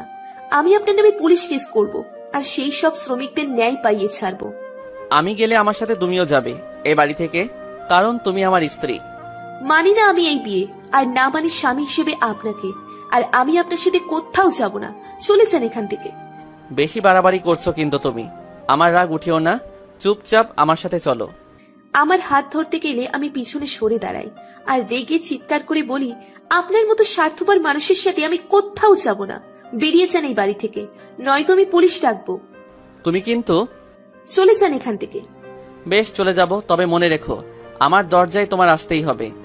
তারপর উনি আমাকে আর কিছু না বলে বেরিয়ে যান ঘর থেকে, আর আমি কান্নায় ভেঙে পড়ি। ভাবতেও অবাক লাগছে, আমার স্বামী একজন অসৎ ব্যক্তি এতগুলো মানুষের মৃত্যুর ক্ষতিপূরণ দিয়ে কেসটা ধামাচাপা দিতে চাইছে। না, আমি এটা হতে দিব না। আমি ওদের ন্যায় পাইয়েই ছাড়বো। এমন মনস্থির করে আমি পুলিশের কাছে যাই, কিন্তু তারা পরিষ্কার করে জানিয়ে দেয় তারা এই কাজটা নিবে না। এসব নিয়ে কয়েকদিন খুব চেষ্টা করি, কিন্তু কোনো লাভ হয় না। তনয় স্যারকেও আমি আগেই সবটা জানিয়েছিলাম, উনি সবটা জানে। উনিও কম চেষ্টা করেনি, কিন্তু ফল শূন্য। একদিন ওনার সাথে কথা বলছিলাম কিভাবে সেই শ্রমিকদের ন্যায় পাইয়ে দিব, অপরাধীদের শাস্তি দিব। তখন সেখানে উপস্থিত হয় হামিম। হামিমকে দেখে আমি খুব অবাক হই। তখন, আপনি এখানে কেন এসেছেন? আপনাকে বলেছি না আমি আপনার মুখ দ্বিতীয়বার আমি দেখতে চাই না। তারপরও কেন এসেছেন এখানে আপনি? উনি আমার কথা শুনে মুচকি হেসে বলে ওঠে, কি কোনো কিছু করতে পারলে না তো? কোনো পুলিশ কেসটা নিল না তো? আপনি কিভাবে জানলেন এসব? আপনি কি তবে এসবের পিছনে রয়েছেন? একদম ঠিক, আমি এসবের পিছনে রয়েছি। আমি না চাইলে কোনো পুলিশ কেসটা নিবে না, আর না তুমি কোনো প্রমাণ হাতে পাবে। আপনি চাইছেনটা কি? এভাবে এতগুলো মানুষের ক্ষতি কেন করছেন আপনি? কেন অপরাধীদের শাস্তি পাইয়ে দিচ্ছেন না? আমাকে চাইছেন মানে হলো আমি চাইছি তুমি বউ সাজে আমার সাথে আমার বাড়িতে যাবে, এবং আজ থেকে সেটাই হবে তোমার নিজ বাড়ি। আমি যাব না আপনার সাথে, আর খুব শীঘ্রই আপনি ডিভোর্স পেপার পেয়ে যাবেন। তুমি যদি আমার সাথে যাও তবে 1 মাসের মধ্যে তোমাকে আমি সমস্ত প্রমাণ হাতে দিব। কে কেন কিভাবে ওই শ্রমিকদের সাথে অমন করেছে সেসব তোমার হাতে পেয়ে যাবে। তবে তোমাকে কথা দিতে হবে তুমি আমার বাড়িতেই থাকবে নিজ ইচ্ছেতে। আমি কিছুক্ষণ এক মনে ভেবে উত্তর দিই, ঠিক আছে যাব আমি, তবে আজ নয়, কয়েকদিন পর। ঠিক আছে, সমস্যা নেই, তবে চালাকি করতে চেও না। তারপর উনি চলে আসে সেদিন, আর আমি নিজের মনের সাথে যুদ্ধ করে যাওয়ার জন্য প্রস্তুত হই। 1 মাসের ব্যাপার, সেটা দেখতে দেখতেই চলে যাবে। প্রমাণগুলো হাতে পেলেই আমি চলে আসব। আমার এই কাজে অনেকগুলো মানুষ ন্যায় পেয়ে যাবে, এমনটা ভেবে আমি রাজি হই ওনার বাসায় যাব। কয়েকদিন পর উনি আমার জন্য বউ সাজার জন্য শাড়ি গহনা পাঠায়, যেগুলো পরে ওনার বাড়িতে যেতে বলেছে আমাকে। আর এখান থেকে কোনো জামা কাপড় কসমেটিক্স নিতেও বারণ করেছে। আমিও তার পাঠানো শাড়ি গহনা দিয়ে তৈরি হয়ে নিই। আমার পরিবার কিছুই জানতো না যে আমার আর হামিমের মধ্যে সমস্যা ছিল, তাই যেতেও কোনো সমস্যা হয়নি। বাড়ি থেকে নিচে এসে দেখি উনি গাড়ি নিয়ে দাঁড়িয়ে আছে। আমি বাবা মা আর ভাইয়ের থেকে বিদায় নিয়ে ওনার পাশে বসে পড়ি। উনি আমার দিকে কিছুক্ষণ তাকিয়ে থেকে ড্রাইভারকে গাড়ি চালাতে বলেন। তারপর সেদিন ওনার বাড়িতে ঢোকার পর একটা মেয়েকে দেখতে পায়। উনি তখন ওই মেয়েটাকে দেখে আমাকে জ্বলন্ত কয়লার উপর দিয়ে হাঁটার জন্য বলে ওঠে। কথাটা শুনে খুব অবাক হয়েছিলাম, কারণ আমাদের মধ্যে তেমন কিছুই হয়নি যে স্ত্রী হিসেবে মেনে নেবেন না। উল্টে তিনি জোর করে আমাকে এখানে নিয়ে এসেছে। পরে ওদের কথাতে বুঝতে পারি মেয়েটা ওনার বড় বোন। আর সেদিন ওনার বোন বলেছিল ওনার বাবা মা ছোট থাকতে মারা গেছিল। তবে সেই মহিলা কে যে কয়েকদিন আগে মারা গেল? এমন নানা প্রশ্ন এখনো আমার মাথায় ঘোরে। তারপরও আমি ওই মানুষগুলোকে ন্যায় পাইয়ে দেওয়ার জন্য কয়লার উপর দিয়ে হেঁটে যেতে চেয়েছি। 1 পা দিয়েও ছিলাম, তারপর কি হয় মনে নেই। তবে জ্ঞান ফেরার পর পায়ে কোনো পোড়া দাগ দেখিনি, সেটাও আমার কাছে একটা রহস্য।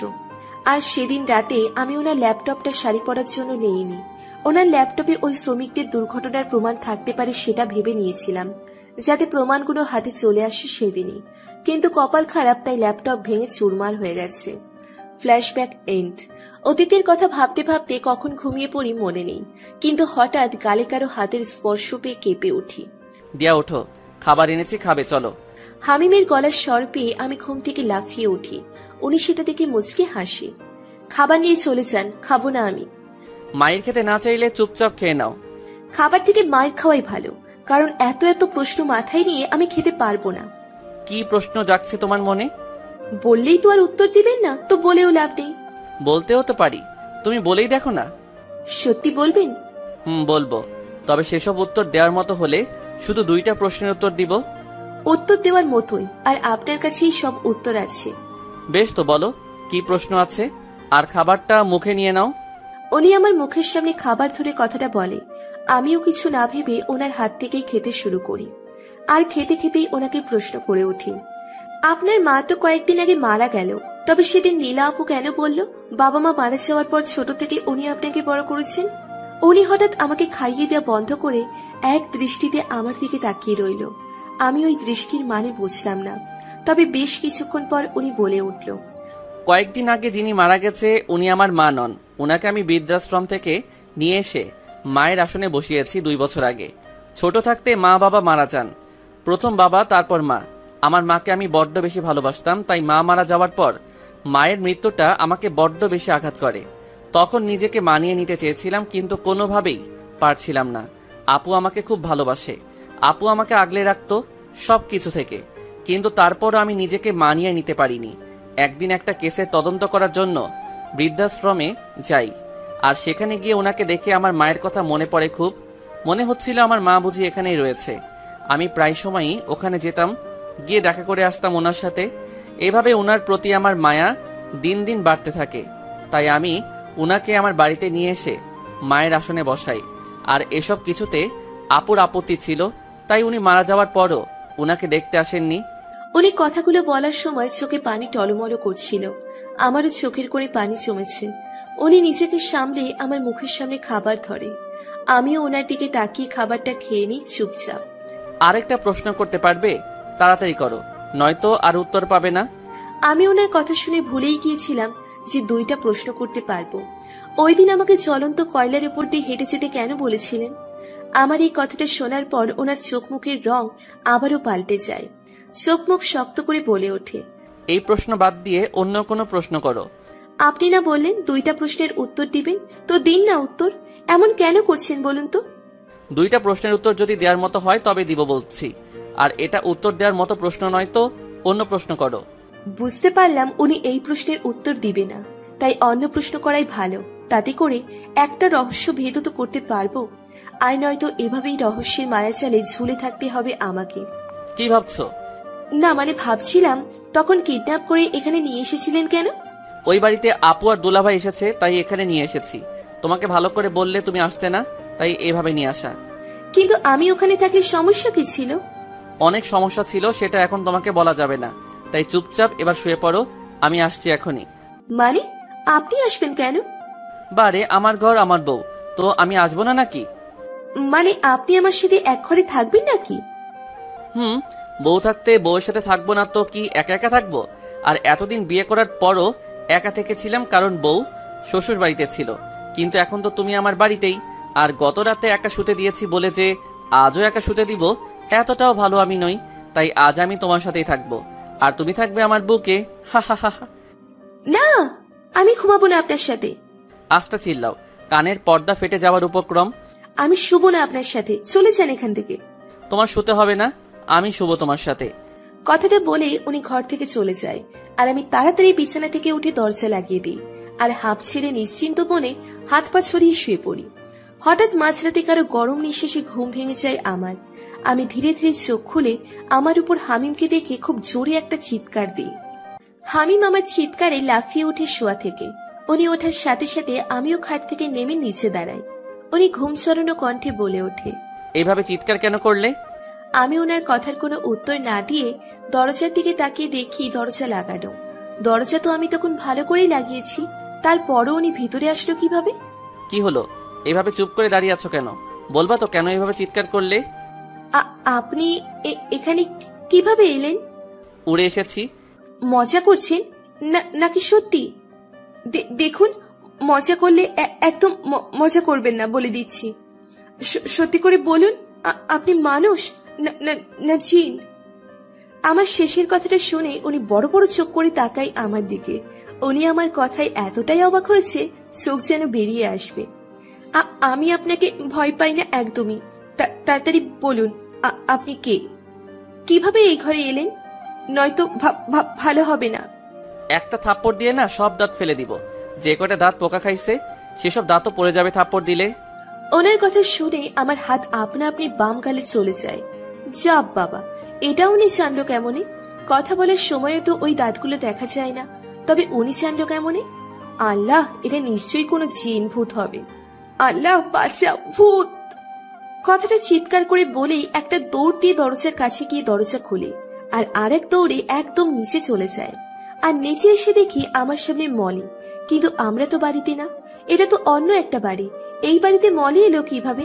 কিন্তু সেসব প্রশ্ন গুরুত্ব না দিয়ে আমি মলিকে চাপটে ধরি। আপামনি, কি হয়েছে? আপনি এইভাবে চিল্লাইতেছেন কেন? আমি মলিকে ভয় ভয় বলে উঠি, মলি, ভূত আছে আমার ঘরে। দরজা বন্ধ থাকার পরও ভিতরে চলে গেছে।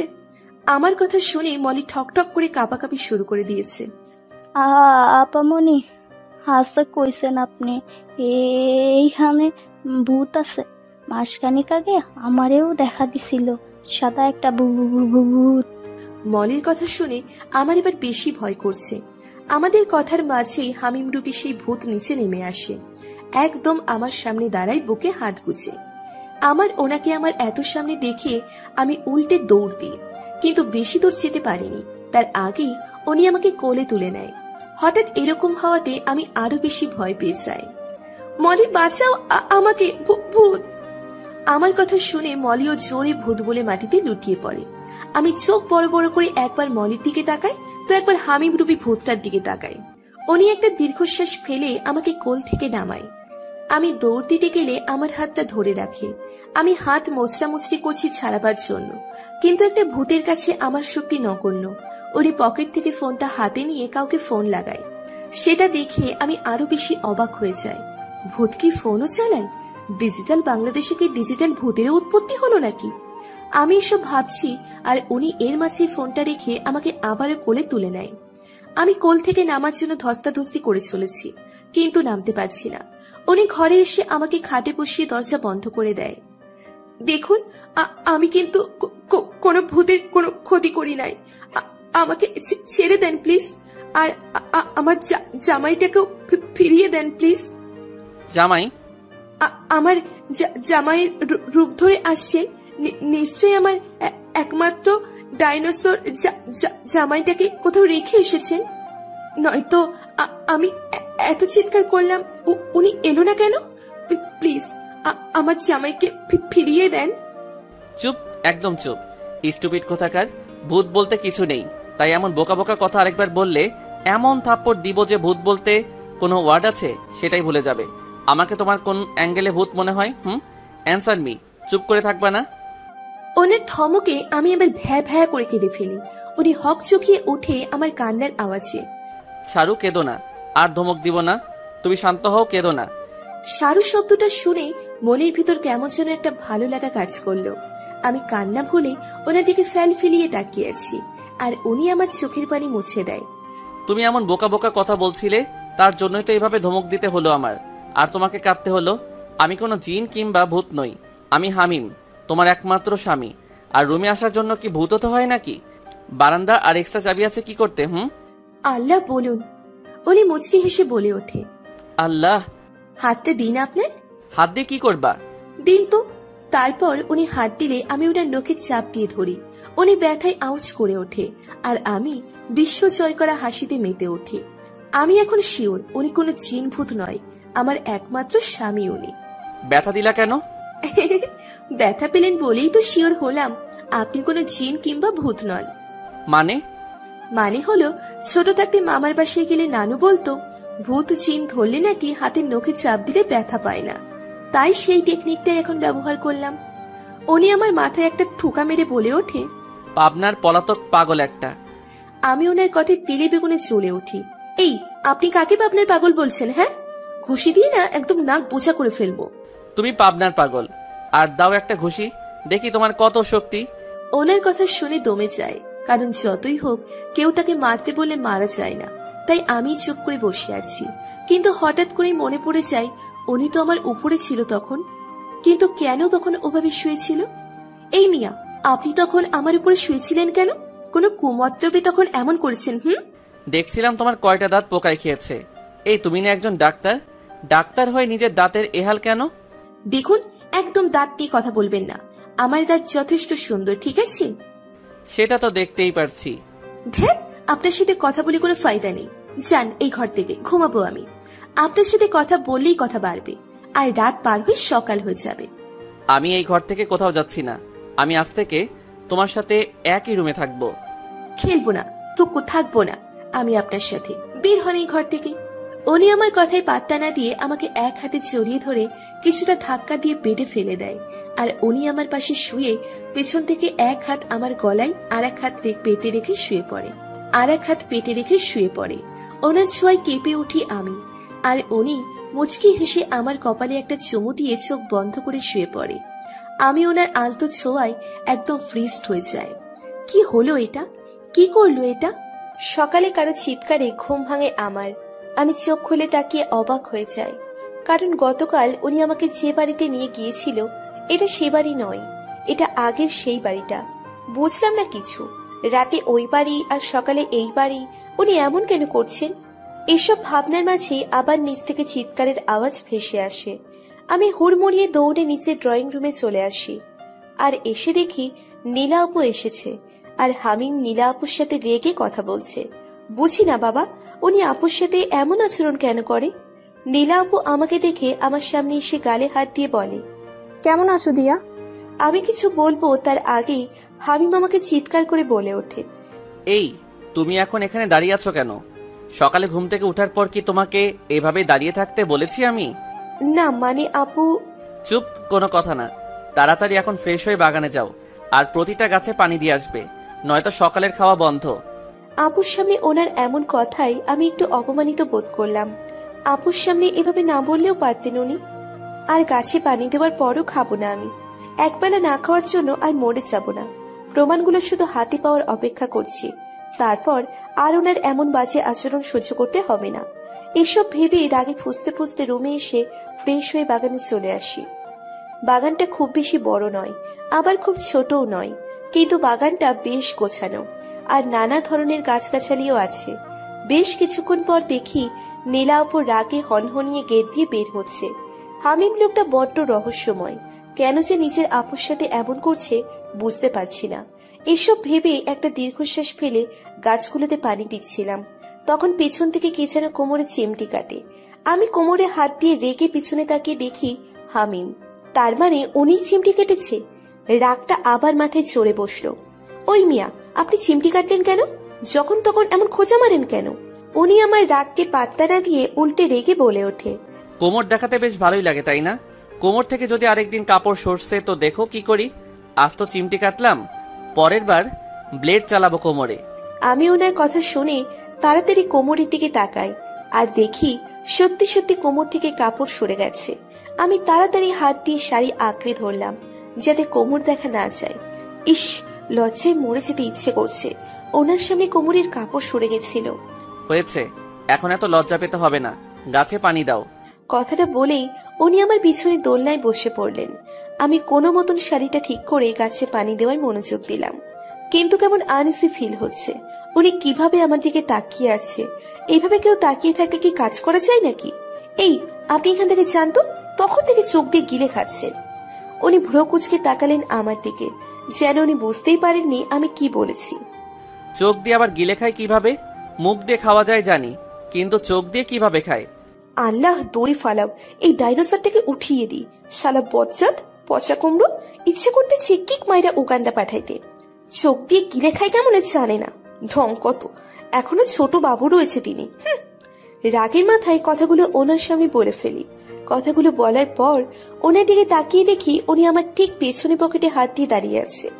আর কিছু বলার আছে? আমি মাথা ঝাঁকিয়ে না বুঝিয়ে সাথে সাথে উল্টে ঘুরে দৌড় লাগাই। আর পেছনে তাকিয়ে দেখি উনিও আমার পেছন পেছন দৌড়চ্ছে। এটা দেখে ভয়ে আমার অন্তরাত্মা কেঁপে উঠল। আমি দৌড়ের স্পিড আরো বাড়িয়ে দিই। আর একটা সময় আমার পায়ে কিছু লাগলে আমি মাটিতে হঠাৎ করে বসে পড়ি। তাকিয়ে দেখি পায়ে কাটা ফুটেছে, কিন্তু রক্ত পড়ছে না। তারপরও পায়ে খুব ব্যথা করছে। আমি কাটাটা টান দিয়ে উঠিয়ে ফেলি, সাথে সাথে রক্ত পড়া শুরু হয় আর ব্যথায় চোখ দিয়ে এক ফোঁটা জল গড়িয়ে পড়ে। আমি চোখের পানিটা মুছে দেখি হামিম আমার সামনে দাঁড়িয়ে আছে। উনি আমার সামনে হাঁটু গেড়ে বসে পায়ে হাত দিতে গিয়েও কিছু একটা ভেবে থেমে যায়, আর কিছু না বলে আমাকে ওখানে রেখে বাড়িতে ভেতরে চলে আসে। ওনার এমন কাজে কেন যেন খুব খারাপ লাগছে। তারপরও আমি এটা নিয়ে বেশি না ভেবে উঠে দাঁড়াই। আর স্বাভাবিকভাবেই হেঁটে চলেছি। পায়ে যে কাটা ফুটেছে তার বিন্দুমাত্র প্রভাব আমার উপরে পড়েনি, এমন ভাব করে রুমে এসে একটা শাড়ি নিয়ে ওয়াশরুমে গিয়ে শাওয়ার নিয়ে রেডি হয়ে হসপিটালে যাওয়ার জন্য বেরিয়ে পড়ি। এতটা সময়ে ওনাকে কোথাও দেখতে পাইনি, এতে খারাপ লাগলেও পাত্তা দিলাম না। হসপিটালে পৌঁছানোর পরপরই একটা কল আসে, একটা পেশেন্ট দেখার জন্য তার বাড়িতে যেতে হবে। সে নাকি খুবই অসুস্থ, তাই হসপিটাল থেকে বেরিয়ে পড়ি রোগী দেখার জন্য। পেশেন্টের বাড়ির ঠিকানা অনুযায়ী একটা ফ্ল্যাটের সামনে আসি আর কলিং বেল বাজাই। কিছুক্ষণের মধ্যেই একটা মহিলা দরজা খুলে দিয়ে আমাকে ভেতরে নিয়ে যায়, কিন্তু সেখানে গিয়ে আমি খুব বেশি অবাক হয়ে যাই, কারণ হামিম রয়েছে এখানে। আমি ভ্রু কুচকে তাকালে উনিও ভ্রু কুচকায়। আমি পেছন ফিরে সেই মহিলাকে কিছু জিজ্ঞেস করব, কিন্তু দেখি সেই মহিলা নেই আর ঘরের দরজাটাও বন্ধ। এসব কি হচ্ছে বুঝতে পারছি না আমি। আপনি এখানে কেন, আর পেশেন্ট কোথায়? আমারও একই প্রশ্ন, তুমি এখানে কেন, আর কোন পেশেন্টের কথা বলছো? আমাকে তো ফোন করা হয়েছিল কে নাকি খুব অসুস্থ দেখতে যেতে, আর বাড়ির ঠিকানা দিয়ে দেয়। ভুল ঠিকানায় আসেনি তো? আমি এবার আমার ফোনে মেসেজ চেক করে দেখি ঠিকানা ঠিকই আছে। ঠিকানা তো ঠিকই আছে, ভুল ঠিকানায় তো আমি আসিনি। কিন্তু আপনি এখানে কেন? এমনি। এমনি মানে কেন এসেছেন? এটা কার বাসা, আর রোগী কোথায়? বড্ড বেশি প্রশ্ন করছো তুমি। তুমি জানো না আমার যা করতে মন চাই তাই করি, আর তার কৈফিয়ত কাউকে দেই না। চুপ করে এখানে বসে থাকো, খালি বেশি কথা। ওকে, থাকুন আপনি এখানে, আমি গেলাম। কথাটা বলে বেরিয়ে আসতে নিলেই উনি হাত টেনে খাটে বসিয়ে দেয় আমাকে, আর আমার সামনে নিচে বসে আমার পা ওনার হাঁটুর উপর রাখে। আমি পা সরিয়ে নিতে চাইলে উনি সরাতে দেয় না। উনি পকেট থেকে কিছু একটা বের করে হাতে দিয়ে আমার দুই পায়ে একটা ঔষধ লাগিয়ে দেয়। পায়ে কি লাগালেন ওটা? ঔষধ? তখন পায়ে কাটা ফুটেছিল তার জন্য। এক পায়ে কাটা ফুটেছে, দুই পায়ে না। জানি, কিন্তু এটা খেয়াল নাই কোন পায়ে ফুটেছে, তাই দুই পায়ে লাগিয়ে দিলাম। এখন এমন কেয়ার করার কারণ কি? তখন তো দেখেও না দেখার ভান করে চলে আসলেন, তবে এখন এত কেয়ারিং হাজবেন্ডের রোল পালন করছেন কেন? তার কৈফিয়ত তোমাকে দিব না। কথাটা বলেই দরজায় 3টে টোকা মারেন, আর কেউ দরজা খুলে দেয়। উনি বেরিয়ে যায় রুম থেকে, আর আমার মাথায় কিছু ঢুকছে না। এত রহস্যের মানুষ কিভাবে হয়? পুরোই রহস্যের গোডাউন। হসপিটাল থেকে বাড়ি ফিরে সোজা হামিমের রুমে চলে যায়। গিয়ে দেখি উনি ল্যাপটপে কাজ করছেন। আমি রেগে ওনার সামনে দাঁড়াই। আহমেদ কোম্পানিটা তবে নীলা আপুদের? আর এসব কিছুর পিছনে তবে নীলা আপু আর তার হাজবেন্ড জড়িত, তাই না? ওনার কোনো ভাবান্তর হলো না, এমন ভাব করছেন যেন এটা হওয়ারই ছিল। চুপ করে না থেকে উত্তর দিন। তোমার স্যার তো জানালোই, তো এখন আমাকে এসব প্রশ্ন কেন করছো? আপনাকে এসব প্রশ্ন করছি কারণ আমি সবটা আপনার থেকে জানতে চাইছি। তবে শুনো, যা জানো তুমি সবটাই সত্যি।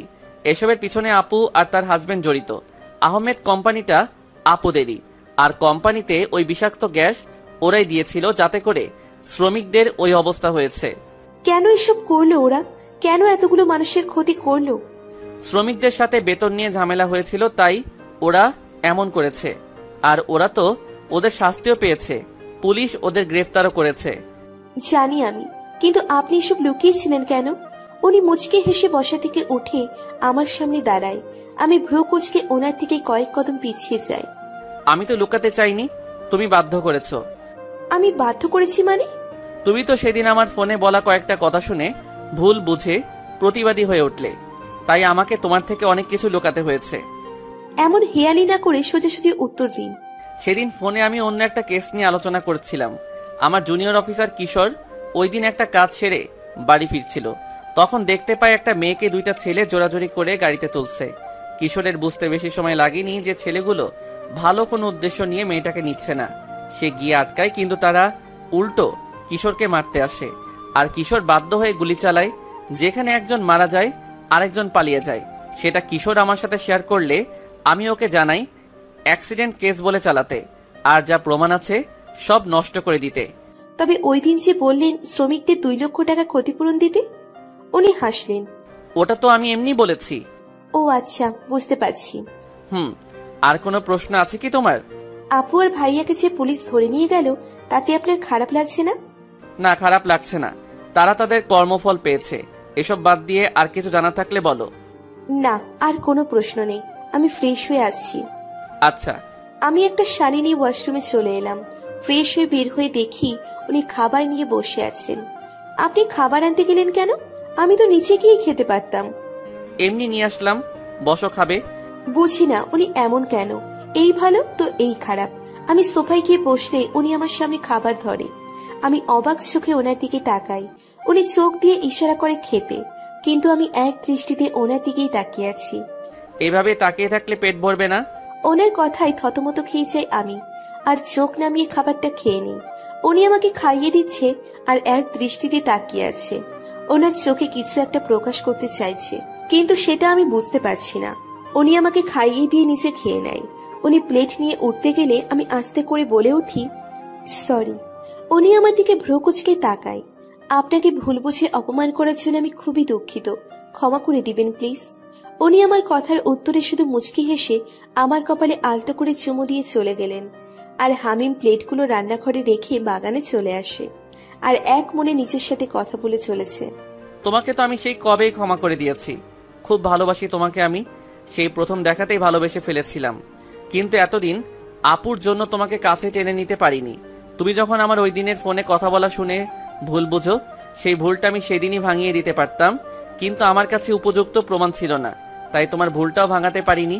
আর সেটাই কাল হয়ে দাঁড়ায় তোমার। আপু যখন জানতে পারে তুমি ওদের বিরুদ্ধে প্রমাণ কালেক্ট করতে চাও, তখন থেকে তোমার ক্ষতি করার চেষ্টা করে চলেছে। তাই তোমাকে প্রমাণ দেওয়ার নাম করে আমার কাছে নিয়ে আসি। এখানে আপু তোমার ক্ষতি করতে পারবে না। তারপরও আপু আর দুলাভাই এখানে এসেছিল, কিন্তু আমি তোমাকে ওদের থেকে দূরে রেখেছি। হয়তো খুব খারাপ আচরণ করেছি, কিন্তু তার পিছনেও কারণ আছে। আমি যদি তোমার সাথে ভালো আচরণ করতাম ওদের সামনে, তবে আপু তোমাকে আমার দুর্বলতা বানিয়ে আমাকে থামিয়ে দিত আমার দায়িত্ব থেকে। এমনটা আপু করতে চেয়েছিল যাতে আমি কেসটা অ্যাক্সিডেন্ট কেস বলে চালাই, কিন্তু আপু পারিনি সেটা করতে। আমার রাগের কাছে হার মেনেছিল তখন। আর তুমি আসার পর তোমাকে আমার দুর্বলতা দেখালে আপু সেটা ব্যবহার করতো, যা আমি চাইনি, তাই এসব করা। কিন্তু শেষ হাসিটা আমি হাসলাম। আমি তোমাকে সেফ রাখতে পেরেছি, এটাই আমার কাছে অনেক বেশি।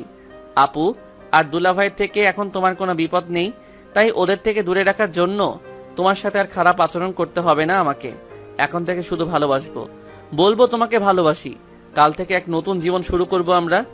হামিম কথাগুলো বলার সময় চোখ দিয়ে কয়েক ফোঁটা জল গড়িয়ে গড়িয়ে পড়ে। হামিম চোখটা মুছে নিজেকে স্বাভাবিক করে রুমে চলে আসে। রুমে এসে দেখে আদিয়া রুমে নেই। হামিম এবার ব্যালকনিতে যায়, আর গিয়ে দেখে আদিয়া কারোর সাথে কথা বলছে ফোনে। কিন্তু হামিম তোকে ফোন কিনে দেয়নি। তবে তবে কি সে নিজেই কিনেছে?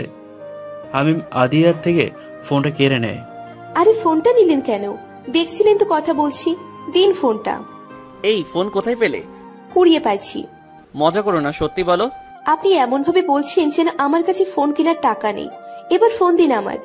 দিব না, এটা আমার কাছেই থাকবে। কথাটা বলেই উনি ফোন নিয়ে চলে যাচ্ছিল। তখনই আমি দৌড়ে ওনার সামনে যাই। উনি দাঁড়িয়ে যায়, ভ্রু কুচকে তাকাই আমার দিকে। আমি মুচকি হেসে ওনার কাঁধে দুই হাত রাখি। উনি খুব অবাক হয়ে যায়। আমি আস্তে করে মাথাটা ওনার দিকে এগিয়ে দিই। উনিও কাছে আসার জন্য এগিয়ে আসলে আমি টুপ করে ফোনটা নিয়ে নিই, আর উনি বোকা বনে যায়। আমি খিলখিলিয়ে হেসে উঠি। এবার উনি এক ঝটকায় আমার কোমর ধরে টান দিয়ে বিছানায় ফেলে দেয়, আর চাপড়ে ধরে গলায় মুখ গুজে নেয়। প্লিজ ছাড়ুন, আমার অস্বস্তি লাগছে। লাগুক, আজ এভাবে ঘুমাবে, একদম নড়বে না। বেশ কিছুক্ষণ ছোটার পরও যখন ছুটতে পারলাম না, তখন হাল ছেড়ে ঘুমিয়ে পড়লাম। ঘুমের মাঝে কেমন যেন শূন্যতা অনুভব হলো হামিমের। হামিম ধরপড়িয়ে চোখ খুলে বিছানার দিকে তাকায়, আর দেখে আদিয়া বিছানায় নেই। জানালা দিয়ে বাইরে তাকিয়ে দেখে সকাল হয়ে গেছে। হামিম ভাবলো আদিয়া হয়তো বাগানে গেছে, গাছে পানি দিচ্ছে।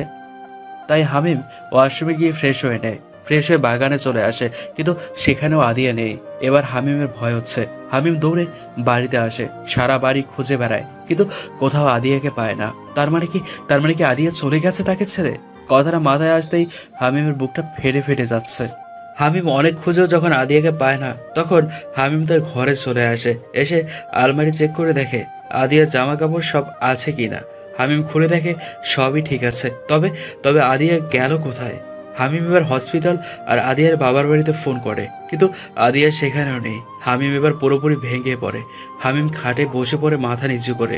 আজ থেকে নতুন জীবন শুরু করব ভেবেছিলাম, কিন্তু এভাবে যে সব শেষ হয়ে যাবে ভাবিনি। ভোরের শিশিরের মতোই কি হারিয়ে গেলে? কোথায় চলে গেলে আমাকে ছেড়ে? বড্ড একা একা লাগছে। হামিমের চোখগুলো টলমল করছে পানিতে, যে কোনো সময় ঝরে পড়বে গাল বেয়ে। আরে আপনি উঠে গেছেন দেখছি, বসুন। আমি আপনার জন্য কফি নিয়ে আসছি। হামিম আদিয়ার গলার আওয়াজ পেয়ে মাথা তুলে তাকায়। আদিয়া রুমের বাইরে যাওয়ার জন্য পা বাড়ালেই হামিম ঝড়ের গতিতে আদিয়ার কাছে চলে যায় আর আদিয়াকে পেছন থেকে শক্ত করে চাপটে ধরে। আদিয়া এমন কিছুর জন্য একদমই প্রস্তুত ছিল না। কি করছেন? ছাড়ুন আমায়। আমার কথা মনে হয় ওনার কানে যায়নি, তাই আবারও একই কথা বললাম। তাতেও ওনার কোনো সাড়া নেই। এভাবে বেশ কিছুক্ষণ থাকার পর উনি হঠাৎ করে ওনার দিকে ঘুরিয়ে গালে শক্ত করে হাত রাখে। এত শক্ত করে গাল চেপে ধরেছে যে মনে হচ্ছে দাঁত খুলেই পড়ে যাবে। আমি এবার ওনার চোখের দিকে তাকাই। ওনার চোখ দেখেই মনে হচ্ছে খুব রেগে আছে। কোথায় চলে গেছিলে? ওনার চাহনিতেই তো আমার ভয় করছে। আর এখন যদি বলি কোথায় গেছি তবে তো সারপ্রাইজ দেওয়াই হবে না, আর যদি না বলি তবে তো কাছে চিবিয়ে খাবে যা মনে হচ্ছে। আল্লাহ, আমার গালগুলো শেষ। বলো কোথায় গিয়েছিলে? লাগছে আমার, প্লিজ ছাড়ুন, বলছি আমি। উনি আমার গাল ছেড়ে দেয়। আমি যেন হাঁপ ছেড়ে বাঁচলাম। এবার বলো কোথায় আর কেন গেছিলে? কি বলবো এখন? সকাল সকাল কি মিথ্যে কথা বলবো? একটা কাজ ছিল তাই একটু বাইরে গিয়েছিলাম। আমার কথা শুনে ওনার ভ্রু কুঁচকে আসে। এত সকাল সকাল কি কাজ ছিল তোমার যে আমাকে না বলে বাইরে গিয়েছিলে? ওনার ধমকে আমি কেঁপে উঠি। ব্যাটা ডাইনোসর খালি ধমকাইবে। জীবনটা আমার এই ডাইনোসরের ধমকানিতেই যাইবো। এখন বলবো না, কাল বলবো। তোমাকে এখনই বলতে হবে কোথায় আর কেন গেছো। আমি এখন বলবো না, কাল বলবো তো। কালকের জন্য একটু অপেক্ষা করুন প্লিজ। ওকে। কথাটা বলেই উনি ঘর থেকে বেরিয়ে যায় আর আমি খুশি মনে ওয়াশরুমে চলে যাই একটা শাড়ি নিয়ে। আমি মলির সাথে একটু বাজারে গিয়েছিলাম। বাজারে গিয়ে কিছু জিনিস নিয়ে এসেছি যেসব কাল সকালে লাগবে ওনাকে সারপ্রাইজ দেওয়ার জন্য। অতঃপর দুজন দুজনের কাজে চলে যায়। দিন শেষে রাতে দুজন বাসায় ফিরে ফ্রেশ হয়ে খেয়ে শুয়ে পড়ি। শোয়ার সময় উনি পেছন থেকে জড়িয়ে ধরে আমাকে। এভাবে জড়িয়ে ধরে ঘুমালে কাজটা করব কিভাবে? কথাটা ভেবেই ওনাকে বলে উঠি, এই যে শুনুন। কি হয়েছে? এভাবে জড়িয়ে ধরে ঘুমালে আমি রাতে নড়তে পারি না, তাই প্লিজ একটু হাতটা সরান। এত নড়াচড়া করতে হবে না। আজ আর তোমাকে ছাড়ছি না। আজ সকালে যে খেলা দেখাইছো তারপর তো আরো ছাড়বো না। চুপচাপ ঘুমাও, নয়তো মাইর খাবে। তারপর আর কি, ওভাবে ধরেই উনি ঘুমিয়ে পড়ে। কিন্তু আমার ঘুমালে চলবে না, তাই ওনার ঘুমানোর পর খুব সহজে ওনার থেকে নিজেকে ছাড়িয়ে উঠে যায়। ভাগ্য ভালো ঘুমের ঔষধ খাইয়েছিলাম, নয়তো এখন উঠতেই পারতাম না। এবার তাড়াতাড়ি গিয়ে কাজটা সারতে হবে। কথাটা বলেই রুম থেকে বেরিয়ে আসলাম আমি। ভোর 5টা বাজে। আদিয়া হামিমকে সেই কখন থেকে ডেকেই চলেছে, কিন্তু হামিমের কোনো সারা শব্দই নেই। থাকবে কিভাবে? বেচারা গত রাতে ঘুমের ওষুধ খাইয়ে ঘুমিয়ে পড়েছে, তো এত সকালে কি উঠতে পারবে নাকি? হ্যাঁ। এবার আদিয়া এক গ্লাস পানি হামিমের মুখে ঢেলে দেয় আর হামিম ঘুম থেকে লাফিয়ে ওঠে। কি হয়েছে? শরীর খারাপ লাগছে তোমার? আমি মাথা ঝাঁকিয়ে না বোঝাই। তবে কি হয়েছে? এভাবে পানি ঢাললে কেন ভোরবেলা? আমি ওনার হাতে একটা প্যাকেট ধরিয়ে দিয়ে বললাম, ফ্রেশ হয়ে এগুলো পরে বাগানে আসুন। কেন? যেটা বলছি আপাতত সেটাই করুন, গেলে সবটা জানতে পারবেন। উঠুন তাড়াতাড়ি আর তৈরি হন জলদি। উনি আমার কথা মতো ওয়াশরুমে চলে যায় আর আমি অন্য একটা রুমে গিয়ে শাড়ি পরে বাগানে চলে যাই। বেশ অনেকক্ষণ পর হামিম সাদা রঙের একটা পাঞ্জাবি আর পায়জামা পরে বাগানে চলে আসে। বাগানে পা রাখার সাথে সাথে হামিম চারপাশে তাকিয়ে অবাক হয়ে যায়। বাগানটা খুব সুন্দর করে সাজানো। বাগানের ঠিক মাঝখানে একটা উঁচু জায়গায় আদিয়া সুন্দর একটা শাড়ি পরে দাঁড়িয়ে আছে। হামিম মুচকি এসে সামনে এগোয় আর আদিয়া হামিমকে দেখে ছোটখাটো একটা ক্রাশ খায়। আদিয়ার সামনে হামিম দাঁড়ালে আদিয়া হাত বাড়িয়ে হামিমকে উপরে তুলে নেয়। হামিমকে উপরে ওঠানোর পরপরই আদিয়া হামিমের হাতটা ধরে হাঁটু গেড়ে বসে পড়ে। হামিম অবাক চোখে আদিয়ার দিকে তাকায়। আপনার বাবুর আম্মু হতে চাই, দিবেন কি আমাকে সেই অধিকার? আদিয়ার কথা শুনে হামিম যেন বিশ্বাসই করতে পারছে না। হামিম অবাক দৃষ্টিতে তাকিয়ে রয়েছে আদিয়ার দিকে। আদিয়া আবারও বলে ওঠে, ভালোবাসি আপনাকে। হামিম এবার কোনো কিছু না বলে আদিয়ার সামনে হাঁটু গেড়ে বসে আদিয়াকে শক্ত করে জড়িয়ে ধরে। আদিয়া তার উত্তর পেয়ে গেছে। আদিয়াও হামিমকে জড়িয়ে ধরে। আদিয়া জড়িয়ে ধরলে হামিম আদিয়ার গালে হাত দিয়ে সারা মুখে ভালোবাসার পরশ এঁকে দেয়। আদিয়া চোখ বন্ধ করে হামিমের প্রতিটা স্পর্শ উপভোগ করছে। আমিও খুব খুব খুব বেশি ভালোবাসি তোমাকে। প্লিজ আমাকে কখনো একা করে দিও না, তাহলে আমি নিঃস্ব হয়ে যাব। তোমাকে ছাড়া আমার চলবে না। জানি আমি। পরশু রাতে আপনি বাগানে এসে যা বলেছেন সবটাই শুনেছি আমি। হামিম আদিয়ার দিকে অবাক হয়ে তাকালে আদিয়া বলে ওঠে, হ্যাঁ, আমি সবটা শুনেছি। আর তাই আজ আপনাকে আমার মনের কথা বলার সাহস পেয়েছি। আমিও আপনাকে ভালোবেসে ফেলেছি। আমাদের বিয়ে হওয়ার পরই ভালোবেসে ফেলি আপনাকে, কিন্তু ভয় বলতে পারিনি কখনো। আর কাল আপনার কথা শুনে আমি সাহস পেয়েই আজ মনের কথা বলে ফেললাম। উনি আবারও আমাকে শক্ত করে জড়িয়ে ধরে। এভাবে কিছুক্ষণ থাকার পর হামিম আমাকে ছেড়ে কোলে তুলে নেয়। আমি ওনার গলা জড়িয়ে ধরি। উনি আমাকে দোলনায় বসিয়ে আমার কোলে মাথা রেখে শুয়ে পড়ে। চুলে একটু হাত বুলিয়ে দাও না। আমি মুচকি হেসে ওনার চুলে হাত বুলিয়ে দিচ্ছি, আর উনি এক দৃষ্টিতে আমার দিকে তাকিয়ে আছে। আজকের এই ভোর আমার জীবনের বেস্ট একটা মুহূর্ত। কখনো ভুলবো না আজকের কথা আমি। ইস, সময়টা যদি এখানে থেমে যেত কতই না ভালো হতো। আমি ওনার কথায় শুধু মুচকি হাসছি। উনি এবার বেশ আবেগ মিশ্রিত গলায় বলে ওঠে, সারা জীবন ভালোবেসে আমার হয়ে থেকো, আমিও ভালোবেসে তোমায় আমার করে রাখবো। আমি ওনার কথায় মুচকি হেসে ওনার কপালে একটা ভালোবাসার পরশ এঁকে দিই। হামিম তার উত্তর পেয়ে গেছে।